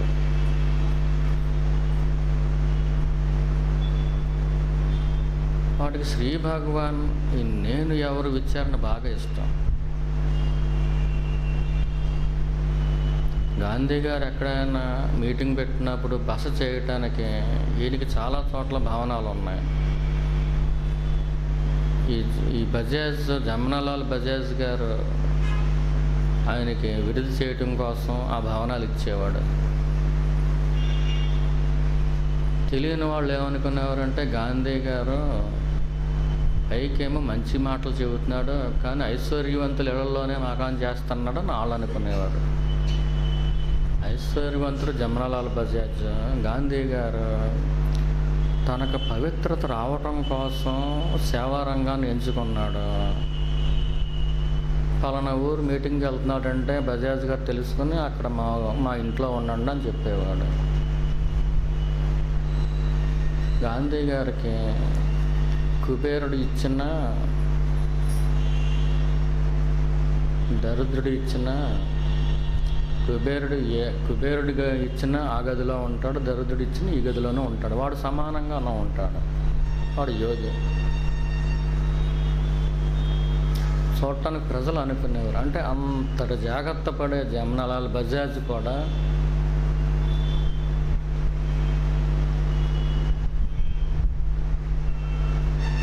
డబ్బు పట్ల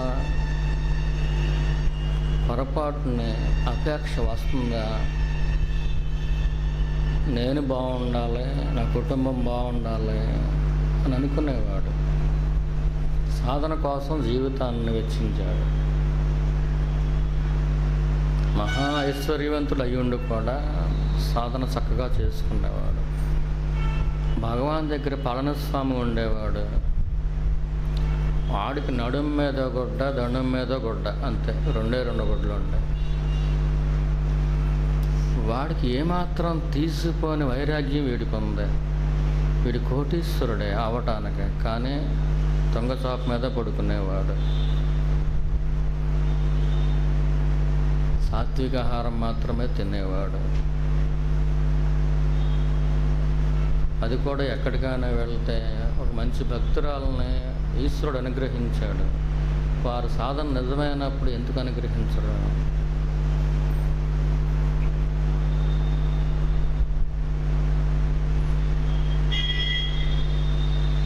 ఆ వంట మాత్రం తినేవాడు.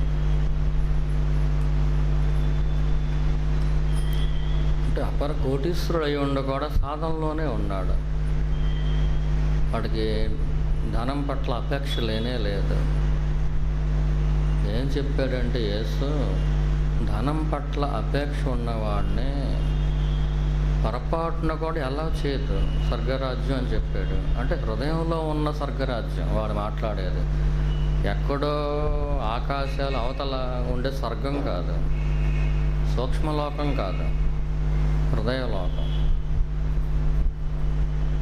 హృదయంలోకి ఎవరు ప్రయాణిస్తారంటే ఇప్పుడు మనమే ఉన్నాం.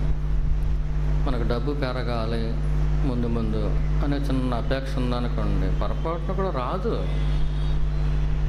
హృదయం వైపుకి వెళ్ళాలి వెళ్ళాలి వెళ్ళాలి అని నువ్వు రాత్రి పగలు ఏడిచినా అది వెళ్ళదు. ముందు వదులుకోవాల్సింది ఇది.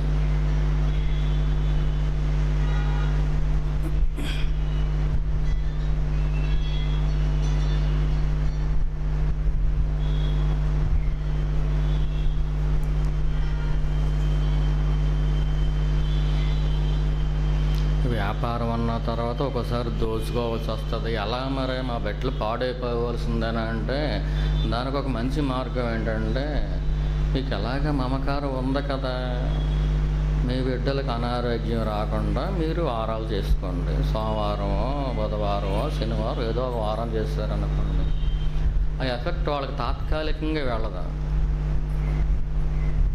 తాత్కాలికంగా అడ్డుకట్టు వేయచ్చు.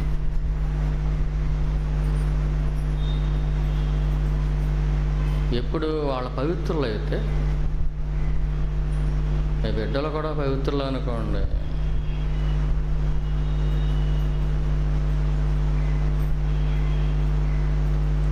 మీ భర్త సంపాదన మంచిది కాకపోతే పొరపాటున కూడా అది పని చేయదు. అది ఆయుష్ని పెంచడం మానేసి తగ్గించడానికి ప్రయత్నం చేస్తారు. ఎప్పుడు ఏదో రకమైన అనారోగ్యం మీరు అడ్డుకట్ట వేసారనుకోండి, ఒక పూట కడుపుని చిత్తశుద్ధితో కడుపు కాల్చుకున్నారనుకోండి, కడుపు కాల్చుకోవడం వల్ల దైవీ చట్టం వింటుంది ఖచ్చితంగా. అప్పుడు వాళ్ళ మీదకి వెళ్ళకుండా మీ మీదకి వస్తుంది. అది ఇది దైవీ చట్టం కాబట్టి చెబుతుంటా. అంటే మీ బిడ్డల మీదకి ప్రేమ ఉంటుంది. ఆ మండోదరిలాగా మీరు నిస్సహాయులై ఉంటారనుకోండి, ఏమన్నా మండోదరి తెలివి తక్కువదేం కాదు కదా, మరి ఇంద్రజిత్తు పాడైపోకుండా మరి ఉపవాసాలు చేయలేదా అంటే చేయలేదు.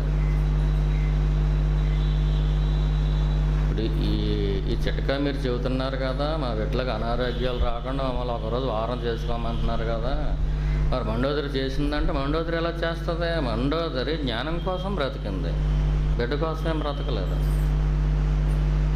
మీరు బిడ్డల కోసం బ్రతికితే మళ్ళీ జన్మ తప్పదు. భర్త కోసం బతుకుతున్నారా, మీకోసం బ్రతుకుతున్నారా, బిడ్డల కోసం బతుకుతున్నారా? ఎవరి జ్ఞానం తప్పించి ఇంక దేనికోసం బ్రతికినా వచ్చే జన్మ వచ్చి తీరుతుంది, అది ఆగదు. మీకు మమకారం ఉంది కాబట్టి చెబుతుంటా, అది మమకారాన్ని పెంచడం కోసం కాదు. మీ బిడ్డ ఎక్కడో ఉంటారు, వాళ్ళు బాధపడుతూ ఉంటే మీరు చూడలేరు అని చెప్పి మీ ఏడుపుని ఆపడం కోసం తాత్కాలికంగా చెప్పే చిటిక అది. మిమ్మల్ని కొడితే మీరు బాధపడరు, మీ బిడ్డను కొడితే బాధపడతారు. మీ బిడ్డ ఎక్కడో ఆస్ట్రేలియాలో ఉన్నారనుకోండి, ఇండియన్స్ వచ్చేస్తున్నారు, ఇక్కడ సంపాదన చేసుకుంటున్నారు, ఉద్యోగాలు చేస్తున్నారు అని చెప్పి, నేను కాక మొన్న కూడా ఒక అమ్మాయిని ఎవరో చంపేశారు. భర్తతో ఫోన్లో మాట్లాడుతూ ఉంటే ఆస్ట్రేలియా వాళ్ళు, మీరు ఎక్కడో ఇండియా నుంచి వచ్చి ఇక్కడ ఉద్యోగాలు చేసుకోవడం అంటే చంపేశారు. నిన్నే జరిగింది.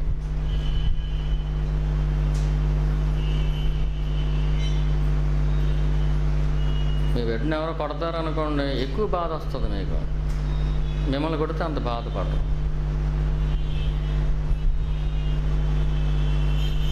ఆ చిటకా ఏంటంటే చిటకా మాత్రమే, ఆ తాత్కాలికంగా ఉపయోగపడేదే.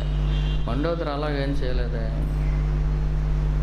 అలా చేస్తే కనుక జన్మ తప్పదు, జ్ఞానం రాదు మండోదరికి. తను జ్ఞానం కోసం బ్రతికింది. ఇప్పుడు శివభక్తుల్లో అందరికంటే గొప్పవాడు ఎవరు అంటే రావణాసురుడు అని పేరు వచ్చింది ఒకానొక సమయంలో. అంత బాగా శివుడు అంటే బాగా ఇష్టం, ప్రేమ, అంత ఘోరంగా తపస్సు చేశాడు. అలా ఉండేవాడు రావణాసురుడు. ఈ మండోదరి పెళ్ళంటూ చేసుకుంటే ఇంతటి మహాశివభక్తుడినే చేసుకోవాలి అని పట్టుపట్టింది. ఇంట్లో వాళ్ళందరూ వద్దన్నారు, కానీ వినలేదు. నేను రావణున్నే ప్రేమించాను, రావణున్నే చేసుకుంటాను, నా జీవితం సాఫీగా జరగాలి అంటే నేను శివభక్తురాలని, నేను జ్ఞానం కోసం బ్రతుకుతున్నాను. ఆయన కూడా మహాశివభక్తుడు కాబట్టి మా ఇద్దరు కాంబినేషన్ అయితే సాధన బాగుంటుంది అని ఆలోచించాను అంది. అది అనుకున్నది ఒకటి, జరిగింది ఇంకోటి. పెళ్ళయ్యేదాకా మహాశివభక్తుడే, ఆ తర్వాత కూడా శివభక్తుడే.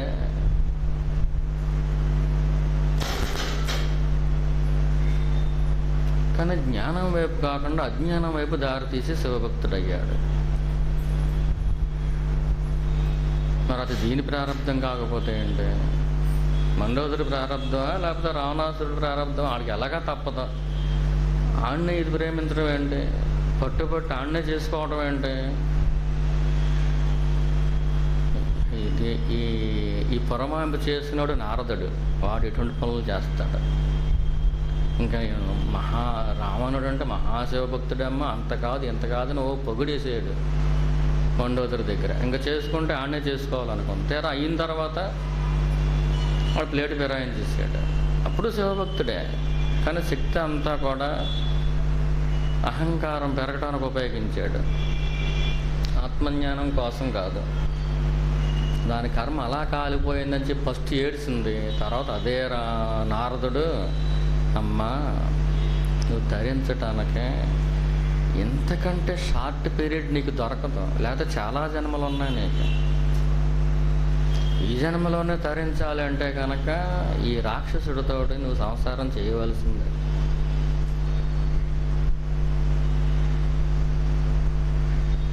ఇది రాక్షసుడు కదా అని చెప్పి నువ్వు విడాకులు ఇచ్చేసి హ్యాపీగా చెట్టు కింద తపస్సు చేసుకుంటానంటే ఇప్పుడు బాగానే ఉంటావు.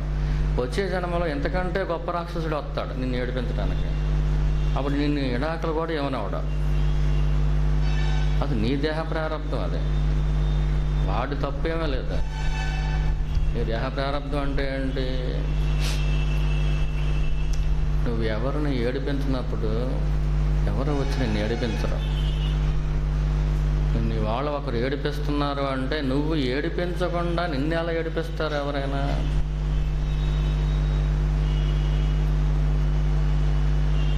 ఇప్పుడు ఆ గోడ ఉంది, గోడ ఇలా వద్దండి, నొప్పెడుతుందా? నొప్పెడుతుంది కదా. నువ్వు గోడను గొద్దకుండా నొప్పి ఎలా తగులుతుంది నీకు?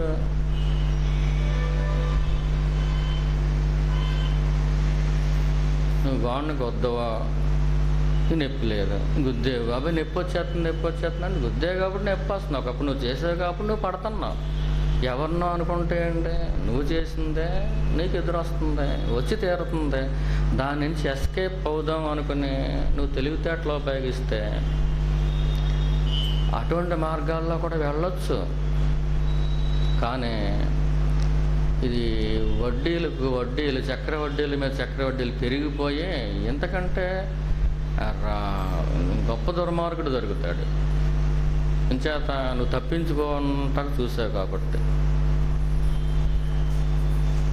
తప్పించుకోకుండా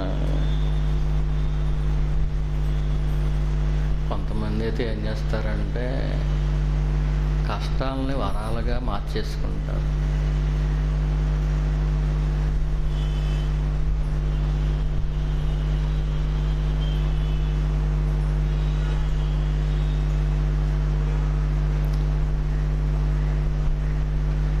ఏం చేస్తారు వాళ్ళు? కష్టాలని వరాలుగా మార్చేసుకుంటారు. దానికి ఫలితం ఏంటో చెప్పండి. కష్టాలను వరాలుగా మార్చేసుకుంటే దానికి ఫలితంగా ఏమొస్తుంది?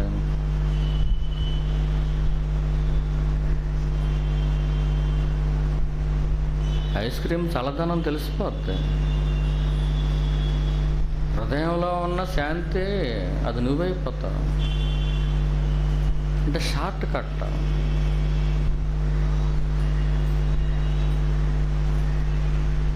ఇది మండోదరి మార్గం.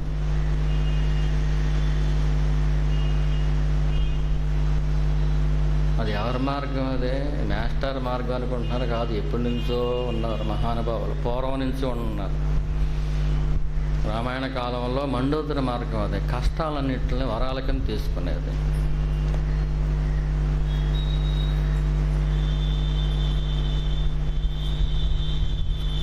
రావణాసురుడు వాడికి కొన్ని వందల మంది ఉంపుడుగత్తులు ఉండేవారు, వాళ్ళకే కూడా సారా పొయ్యమనేవాడు, ఇది పోసేది.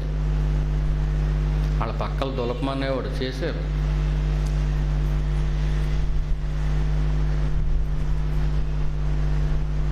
మరి సారా పొయ్యమంటే పోస్తానులే కానీ పక్కలు కూడా దులపమంటారా అని చెప్పి కత్తులు పెట్టుకుంటారు. మీరైతే ఆ తలగళ్ళలో కత్తులు పెట్టేసుకుంటారు. అంటే మండోదరుకున్న తెలివితేటలు మనకు ఉండవు. ఈ కష్టాన్ని ఎలా వరంగా మార్చుకోవాలి. ఒకవేళ ఇప్పుడు రావణాసురుని తప్పించుకుందాం అనుకుంటే అంతకంటే గొప్పడు మైరావణుడు సిద్ధం అవుతాడు.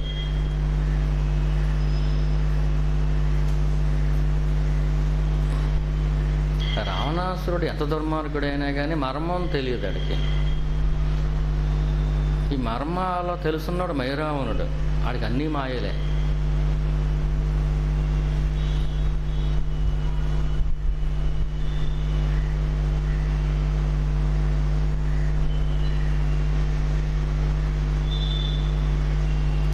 ఉదయంలో స్వయాన నిజమైన సత్యం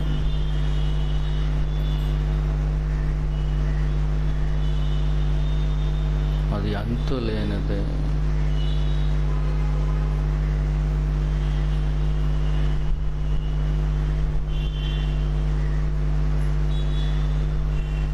అటువంటి సుఖం లోకంలో కనిపించదు.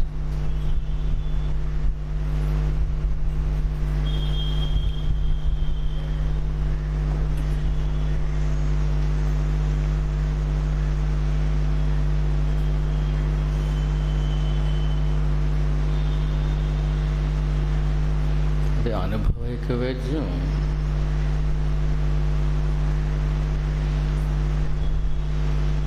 They cannot explain the beauty of truth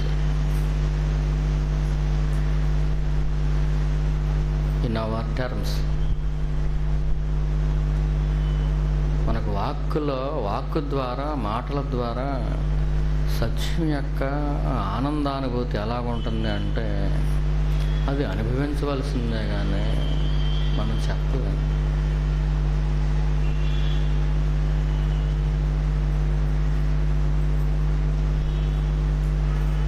అది ఎవరికైతే అనుభవంలో ఉందో వారి సన్నిధి కేవలం సన్నిధి ప్రభావం చేత మనకు తెలుస్తుంది, తెలియకుండా ఉండదు. ఇఫ్ వీఆర్ ఆల్సో సేకర్స్, మనం కూడా ట్రూత్ సేకర్స్ అయితేనే తెలుస్తుంది.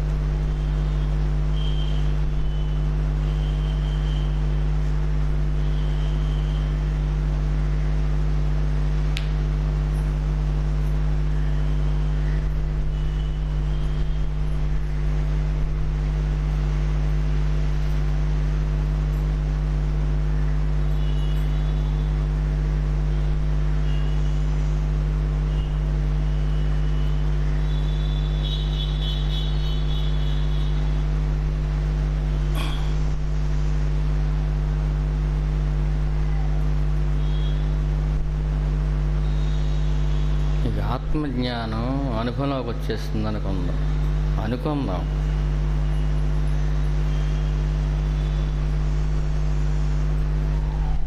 మీకు లోకం ఉండదు.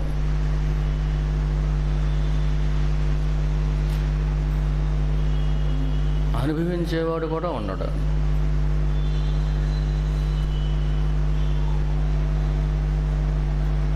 అనుభవించేవాడు అంటూ ఒకడు ఉంటే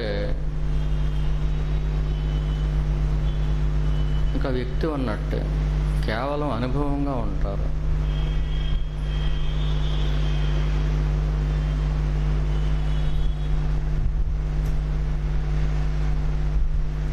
ఇప్పుడు లోపలికి వెళ్ళండి అని మీ మనసుని బతిమాలుతున్నారు కదా. అప్పుడేం చేస్తారంటే ఏ వంపు జరుగుతుందా బయటికి రావటానికి అని చెప్పి అప్పుడు చూసుకుంటారు.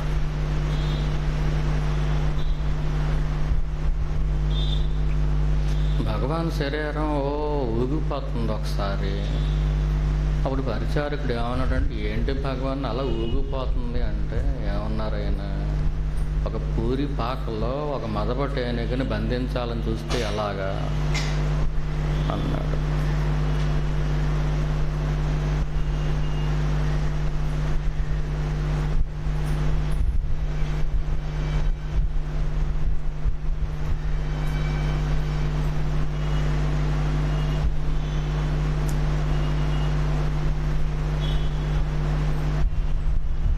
ఒక ఇసుక రేణువు అంత సుఖాన్ని మనం తట్టుకోలేం కదా. అది నిరంతరం పొంగుతూ పొంగుతూ ప్రవహిస్తూ ఉంటే ఆ దేహం ఎలా తట్టుకుంటుంది? అది షేక్ అయిపోతూ ఉంటుంది.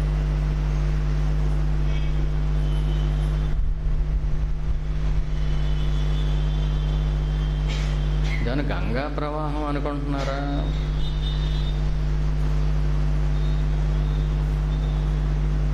మనకు గంగా ప్రవాహం చాలా ఫాస్ట్గా ఉన్నట్టు అనిపిస్తుంది.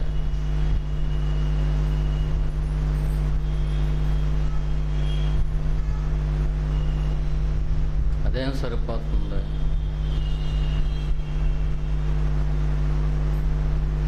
ఈ దేహాన్ని నిలబెట్టాలి, అది ఈశ్వరుడి యొక్క సంకల్పం, అందువల్ల ఏం పట్టుకుందాం లోకంలో అనుకుంటారు. కొంతమంది రాజకీయాలను పట్టుకుంటారు,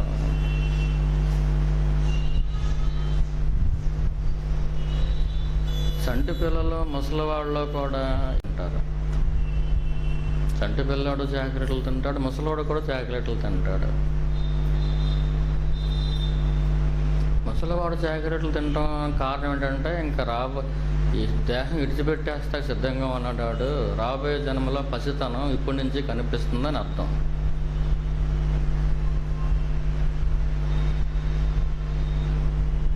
అలాగే జ్ఞాని కూడా దేహం విడిచిపెట్టే ముందు పక్క అజ్ఞానిలాగే ప్రవర్తిస్తాడు.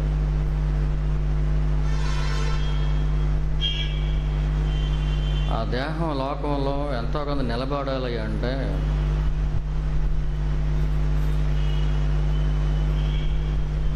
ఏదో ఒక వాసన పెట్టుకోవాలి.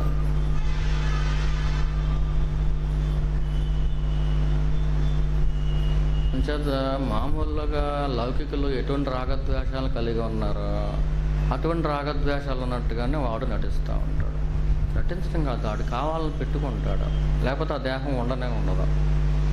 దేహం ఉందనుకోండి, 10 మందికి ఉపకారం చేయొచ్చు అనుకోండి, ఈ రాగద్వేషాలు ఉన్నా అన్నీ ముట్టుకో కదా.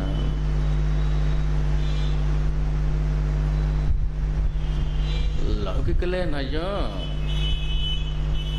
అసలు వీళ్ళ జ్ఞానులా అనిపించేలా కూడా ఉంటారు వాళ్ళు. వీళ్ళకంటే లౌకికులు 100 రెట్లు 1000 రెట్లు నయ్యో, అసలు వీళ్ళ జ్ఞానులా అనిపిస్తుంది. వాళ్ళ మాటల్లో వాళ్ళ ప్రవర్తన అలా ఉంటుంది. ఎంచేత ఆ దేహం ఇంక నిలబడదు, లేకపోతే భూమి మీద ఏదో ఒక రకమైన వాసన ఉండాలి. మనం ఎక్కువ కాలం బ్రతకాలి అని అనుకుంటూ ఉంటాం. చావటానికి మనకిష్టం ఉండదు, చావటానికి జడిసి మనం దేహం నిలబెట్టుకుందాం అనుకుంటాం. వాడికి చావుని ఎప్పుడో జయించేసాడు. చావును జయించకుండా జ్ఞానం అవడం. వాడు అసలు దేహమే కాదు, లోపల జీవుడే లేడు, ఉన్నది దేవుడే. అరుణాచలానికి ఇది అని పక్కన పెట్టి, అరుణాచలం ఉండీలో ఏం చేస్తాను, అరుణాచలం రాను పోను టిక్కెట్లతో సహా లెక్కెడతాను.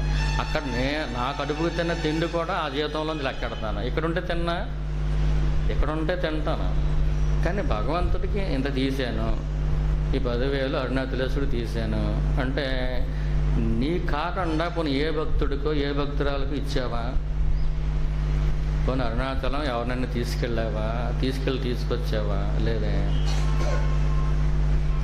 నీ కడుపుకే పెట్టుకొని భక్తులను ఉద్ధరించేసాను, అరుణాచలేశ్వరుని ఉద్ధరించేసాను, జీతంలోంచి 10,000 తీసి పక్కన పెట్టేసి అని అనుకుంటున్నా.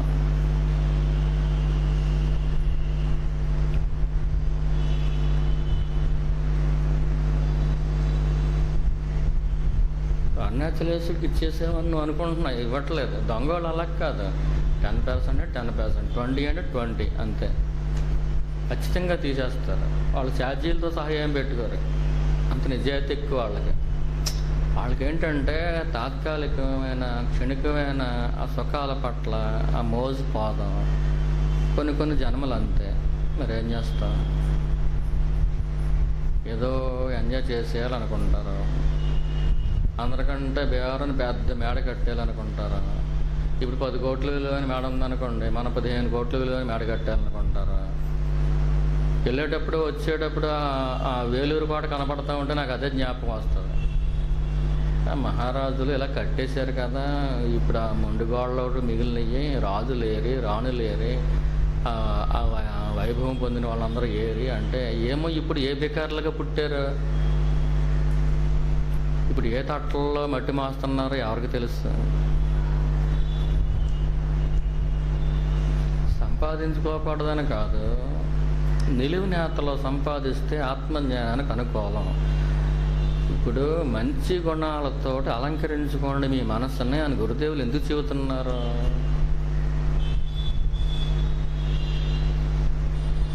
సత్వగుణం సంపాదించాలని ఎందుకు చెబుతుంది శాస్త్రం? రజోగుణాన్ని వేడాలి, తమోగుణాన్ని వేడాలి, సత్వగుణాన్ని ప్రాక్టీస్ చేయాలని ఎందుకు చెబుతుంది శాస్త్రం? అంటే సత్వగుణంలోంచే ఆ హృదయంలోకి దారి, సత్వగుణం తీసుకెళ్తాం, కానీ హృదయంలోకి దారి దొరకాలి అంటే కనీసం నువ్వు పవిత్రురాలు అయి ఉండాలి. పవిత్రులు ఎప్పుడు అవుతారు? కుడి చేత్తో సబ్బుతో మొహం కడుక్కుని ఎడం చేత్తో మసిపాముకుంటే మొహం బాగుంటుందా? కానీ మండోదరికి అంటుకోలేదు.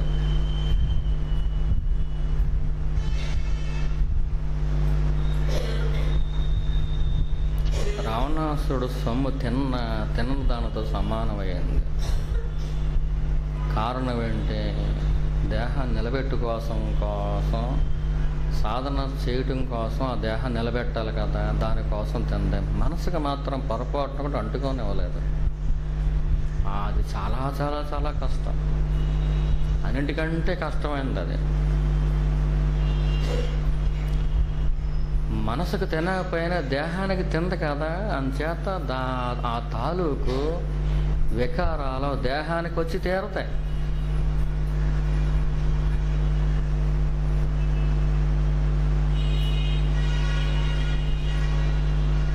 మీరు హోటల్కి వెళ్తారా, డబ్బులు ఇచ్చే కొనుక్కుంటారా, ఊరికి ఏం తీసుకోరు, దానం ఏం తీసుకోవట్లేదు, అపరిగ్రహం బాగా చేస్తారు. కానీ ఎంతో కొంత ఆ పదార్థాల్లోంచి వచ్చింది ఆ రజోగుణం మిమ్మల్ని పట్టుకోకుండా ఏం ఉండదు. ఇంతకుముందు ఎప్పుడో మొత్తం పళని దాకా వెళ్ళాను. ఆ పళని దగ్గర బయటకు వచ్చిన తర్వాత హోటల్లో ఏదో భోజనం ఏదో పెట్టారు మొత్తానికి. 2-3 రోజులు అసలు లేకలేకపోయాను.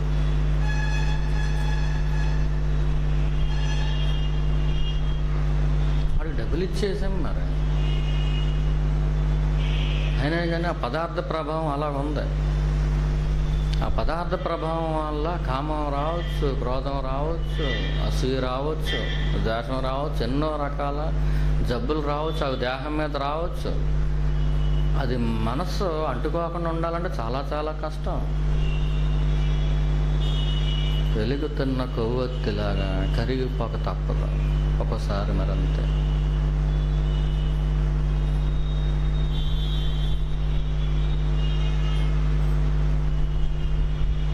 కొవ్వొత్తికి వస్తాయి కన్నీళ్ళు,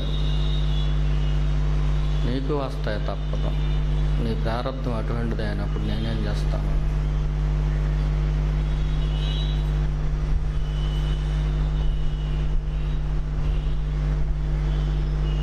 రావణాసుడు సొమ్ము మండోదరికి ఏం పడదు. అని ఒంటి మీద ఎన్నో రకాల వికారాలు వస్తాయి, కానీ ఆ వికారాలను జయించే శక్తిని అలవర్చుకుంది.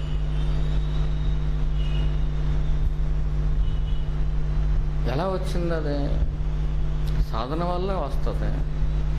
పరమేశ్వరుడు యొక్క పాదం పట్ల భక్తి వల్ల వస్తుంది. అలాగే పరమేశ్వరుని ప్రేమించడం వల్ల వస్తుంది.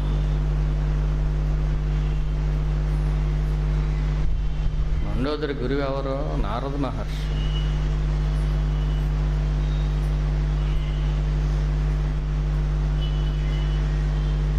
ఆ మహర్షి యొక్క ఆ దర్శకత్వంలో ఈ మహాతల్లి సాధన చేసింది. మోస్ట్ డేంజరస్ ఆ ఫీల్డ్లో ఉండి కూడా ఏమాత్రం మరకంటకుండా అగ్ని పుష్పంలా విచ్చుకుంది. అంటే మహర్షి యొక్క గొప్పతనం. అంతేకాదు దాన్ని పాటించడంలో మండోదరికి ఉన్న చిత్తశుద్ధి అంత గొప్పది. గోపికల కంటే కూడా టాప్ మోస్ట్ స్థానంలో ఉంది మండోదరి. మరి అటువంటి ప్రారంభం మనకిస్తే మనం అలాగెళ్ళవలసిందే. ఈ ఉదాహరణ ఎందుకు చూపిస్తున్నాడో, ఇంతకుముందు అలాగా ధరించిన వాళ్ళు ఉన్నారు, కొంపలే మొలిగిపోలేదు, నువ్వు ధరించవచ్చు, ఈ జన్మలోనే ధరించవచ్చు, వచ్చే జన్మలో ధరింత సూత్రం అంటే వెళ్ళరండి అంటారు. వచ్చే జన్మ అంటే ఎప్పుడు? ఈ కలికాలంలో ఇప్పుడే ఎలాగున్నాయి ధర్మాలు. వచ్చే జన్మ అంటే ఒక 200 సంవత్సరాలు పోయిన తర్వాత పుడతాం అనుకో, అప్పుడు వ్యవహారం ఎలా ఉంటుందో ఉండదో, ఉంటే ఎలాగుంటుందో, ఉంటే నువ్వెక్కడ పుడతావో. ఇవాళ లోటస్ నెస్ట్లో పుట్టేమో వచ్చే జన్మలో కూడా అక్కడే పుడతావు అనుకుంటున్నావేమో, అదేం ఉండదు. ఇప్పుడు పుణ్యం అంతా కరగబెట్టేసుకున్నావు కదా, ఇంకా పుణ్యమే ఉండదు. ఇంకా లోటస్గానే పుడతామని చెప్పలేం, అంటే గురువు దొరుకుతాడని చెప్పలేం, సత్సంగం దొరుకుద్దని అని చెప్పలేం.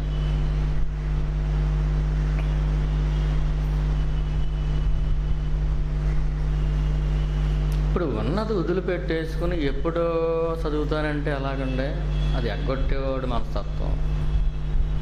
ఇప్పుడు కూడా నువ్వు ధరించే మార్గం ఉందే అని చెప్పి నారదుడు చెబితే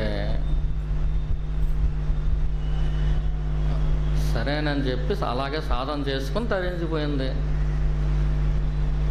ఈ జన్మలో నీ ముక్కులో గాలి తిరుగుతూ ఉండగానే నువ్వు ధరించే మార్గం ఉందే అని గురువు చెబుతున్నప్పుడు ఏ విధంగా ధరించాలి,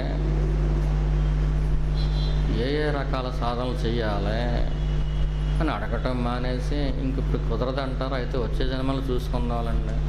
నా కోసం భగవాన్ ఎవరినొకరిని పంపిందాడంటే అంత పెచ్చోడేం కాదు భగవాన్. నువ్వు అంత గొప్పదానివి కాదు. నువ్వు ఎంత గొప్పదానువో భగవాన్ నీ కోసం పంపించేస్తాడు ఎవరినొకరిని.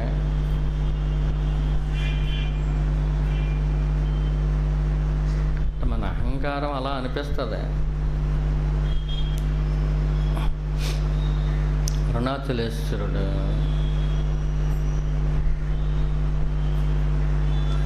మరి కరుణ ఎక్కువ, అంచేత మన అహంకారాలను బయటకు లాగుతాడు. అలా బయటకు లాగినప్పుడల్లా మనకు శరణాగతి తగ్గుతూ ఉంటుంది. ఎందుకు లాగుతాడంటే ఎంతో కొంత బయటకు లాగి కాల్ చేయటం కోసం లాగుతాడు.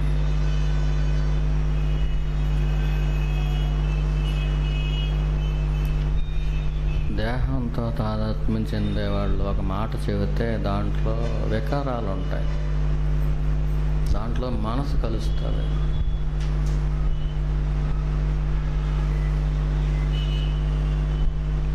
దేహంతో తాదాత్మ్యం చెందేవాళ్ళు మాట్లాడితే అది వ్యక్తి వాక్కు. దేహ తాదాత్మ్యత లేని చోట వచ్చే వాక్కు ఈశ్వర వాక్కు.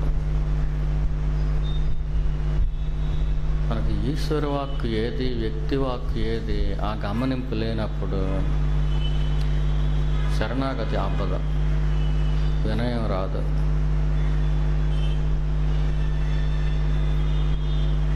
తరించే మార్గం చూపించినా, లక్ష్మీదేవి అనుగ్రహించడం కోసం చూసినా, లక్ష్మీదేవి ఆ డబ్బులు కట్టిన పడేసింది. అప్పుడు దాకా కళ్ళు తెరుచుకుని ఉన్నవాడు ఏం చేసాడు, కళ్ళు మూసుకుని గుడ్డోళ్ళు ఎలా నడుస్తారో చూద్దాం నడుచుకుంటూ వెళ్ళాడు. ఎంచేత ఆ తీసుకునే యోగం వాడికి లేదు. ఒకవేళ లక్ష్మీదేవి అలా అనుకోకుండా మీకు ఇచ్చేసింది అనుకోండి, దానివల్ల మీకు పాపం అంటుకోదు. మా ఆయనకు కూడా బ్లాక్ మనీ వచ్చేసిందంటే ఆ బ్లాక్ మనీ కాదు, ఈ డబ్బు లక్ష్మీదేవి ఇచ్చిన డబ్బు వేరు, వైట్ మనీయే దొరికిందనుకోండి, అంటే దొంగ నోట్లు కట్టలు కాదు మేము చెప్పేది. బ్లాక్ మనీ అంటే అది అంటే దొంగ నోట్లు కూడా మంచి నోట్ల కింద మార్చేస్తారు. మా ఆయన లక్ష్మీదేవి అలా కట్టలు కురిపించింది మాకంటే దాంట్లోంచి పాపం వస్తుంది. స్వతహాగానే లక్ష్మీదేవి ఇస్తుంది అప్పుడప్పుడు. మనం చేసే పని వల్ల మనం ధరించడం కోసం ఆ పని పెట్టాడు, కానీ మనకు డబ్బులు కావాల్సి ఉంటే లక్ష్మీదేవి అనుగ్రహం ఒకటి చాలదా? మనం చేసే పని వల్ల మనకు తరింపుగా రావడం కోసం ఈ పని చేయటం వల్ల సంపద వచ్చింది అని వంపు పెట్టారు, కానీ వంపుగా ఈ పనిని పెట్టారు, కానీ మన పని చేయటం వల్ల వస్తుందా ఏంటి డబ్బు? లక్ష్మీదేవి అనుగ్రహం వల్ల డబ్బు వస్తుందా? అలాగైతే కనకధార స్తోత్రం చదివితే మరి ఎందుకు కనకం కురిసింది? ఏం పని చేశాడు ఆ బ్రాహ్మణుడు? ఏమన్నా పని చేశాడా? పని చేస్తే కనకధార కురిసిందా? శంకరుడు లక్ష్మీదేవిని ప్రార్థించాడు, బాలశంకరుడు, అలా కురిసింది. అంటే బంగారం వర్షించింది, బంగారపు ఉసిరికాయలు వర్షించినాయి. ఆ డబ్బులతో వాళ్ళు బాగుపడ్డారు. వాళ్ళు ఏమైనా పని ఏమైనా చేశారా? ఈయన పని చేశాడు కదా అనుకోవచ్చు. ఈయన పని చేసింది ఏమీ లేదు, స్తుతించాడు, అమ్మని అడిగాడు. అడగడం కూడా ఒక పనేనండి. మనం సంపాదించే విధానం వల్ల ఈ చేతులకి పవిత్రత రావాలి, మన మనసుకి పవిత్రత రావాలి, మన వాక్కి పవిత్రత రావాలి. చేస్తున్నాం కదా, ఆయనకు కూడా అంటుకుంటుంది కదా పాపం. మనం మనతో పాటు ఆయన కూడా పాటు చేసేద్దాం అనుకుంటే వెంకన్న బాబుని ఎవరేస్తారు జైల్లో? కాలు తినేస్తున్నాడు నేస్తారు.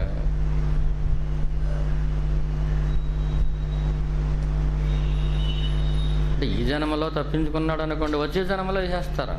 తప్పదా? ఇంచేత నిప్పు ఒక ఇంటిని తగలబెట్టేస్తుంది, అలాగే పాపం కూడా జన్మలను తగలబెట్టేస్తుంది, శోకాన్ని ఇస్తుంది, గర్భశోకాన్ని కూడా ఇస్తుంది. తప్పదు.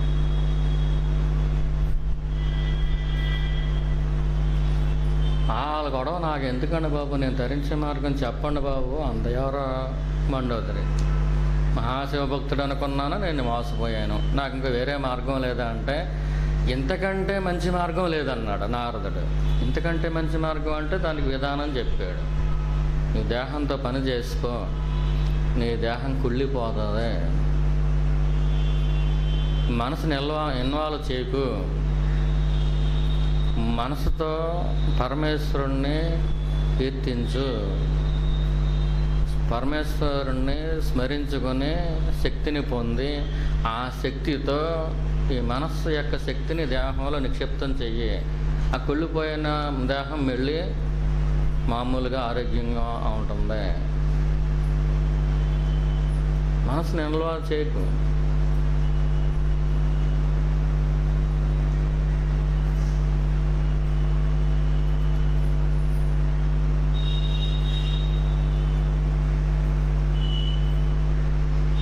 రావణాసుడు మామిడి పండు ఇచ్చాడు అనుకోండి, మండోదరి తిందనుకోండి, చెట్టు ఆడదే, కాయ కూడా మంచిదే, పండు కూడా మంచిదే,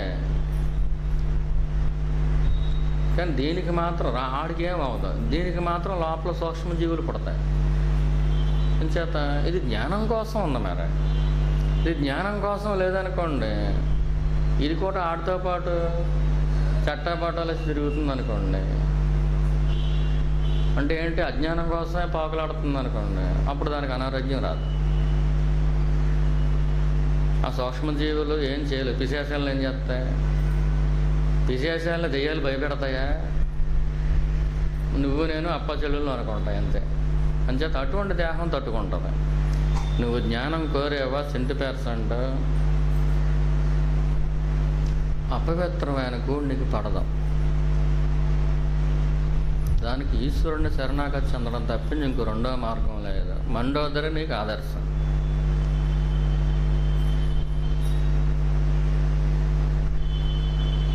ఇంకోటి ఏంటంటే, ఈ నిజమైన సాధకులు అనుకోండి, మీ ఆయన రాక్షసులు అంటాడు అనుకోండి, ఆ అమ్మాయి అని చెప్పి సంతోషిస్తారు, దేవుడి దండం పెట్టుకుంటారు. నిజమైన సాధకులు అయితే కారణం ఏంటి? ఇంక మీకు మమకారం పుట్టదు. ఇంకా ప్రేమ అంటూ ఉంటే ఈశ్వరుడికే ఇస్తారు.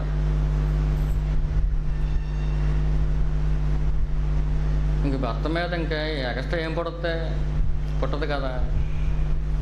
అంచేత మీరు వాళ్ళ మీద మమకారం తీసుకోక్కర్లేకుండా ఒక క్యారెక్టర్కి మమకారాన్ని ఆడే కట్ చేసేసాడు. ఇంక బిడ్డ మీద ఉంటుంది, అది నెమ్మదిగా తొలగించుకోవచ్చు. భర్త మీద బిడ్డ మీద కూడా తొలగించుకోవాలంటే కొన్ని సంవత్సరాలు పడుతుంది. ఈశ్వరుడు నీ మీద దయ చూపించాడు. నిజానికి ఏం చేశాడు?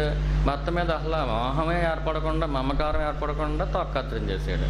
ఇంకెలా ఏర్పడుతుంది? ఇంకా అలా ఎంతో ఉపకారం చేస్తే ఈశ్వరుడు దేవుడా ఇలా చేసేవేంటి నా మగుడిని అనుకుని ఎడుతారు. తెలియని వాళ్ళు అలా ఎడుతారు. తెలుసున్న వాళ్ళు, తెలివైన వాళ్ళు అయితే అమ్మయ్య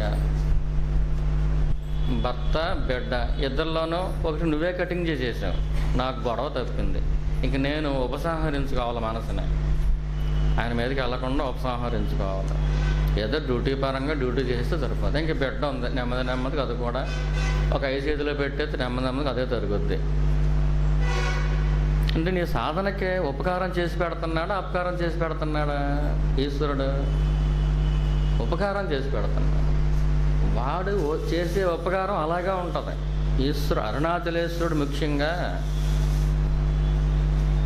ఓం స్మరాంతకాయ నమః అంటే ఎవరైనా స్మరించుకుంటే అలా నెత్తి మీద మొట్టికేస్తాడు.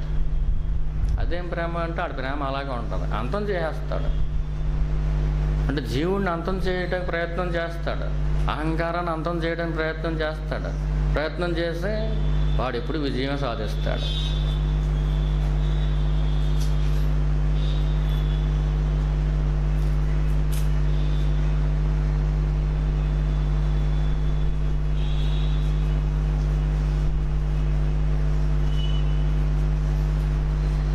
వాళ్ళ మీద సమయం మర్చిపోయి 5 అయిపోయింది. వేణమ్మ గారు ఇక్కడికి వచ్చి అట్టుకోళ్ళు తీస్తూ ఉంటే ఇప్పుడు జ్ఞాపకం వచ్చింది, భక్తుల కోసం తీస్తున్నారా, మీరు వింటున్నారు, మరి వింటున్నప్పుడు మేమేం మాకు మరుపు ఎక్కువైపోయింది. ఈ సత్సంగానికి విచ్చేసి మమ్మల్ని పునీతులు చేసిన ఓ బంగారు తల్లులారా, బంగారు తండ్రులారా, మీకు ఏమి ఇచ్చి రుణం తీర్చుకుంటాం మేము? ఇంతటి మంచి భక్తుల్ని శ్రీ భగవాన్ ఎన్నుకున్నాడు, మీ రుణం ఎలా తీర్చుకుంటాం? తీర్చుకోలేని రుణం. మీ రుణాన్ని మేము తీర్చుకోలేం కదని చెప్పి ఎగ్గొట్టేమిలేండి, ఎంతో కొంత తీర్చుకుంటా ప్రయత్నం చేస్తాం. మీ అందరికీ కూడా మా హృదయపూర్వక నమస్కారాలు తెలియజేసుకుంటున్నాం.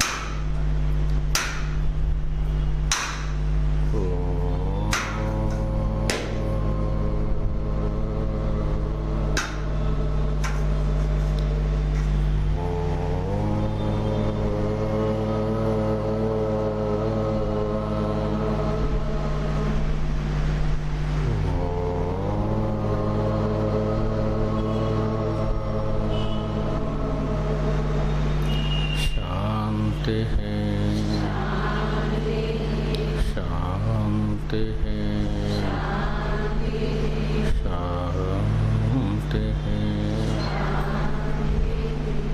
Thank you all.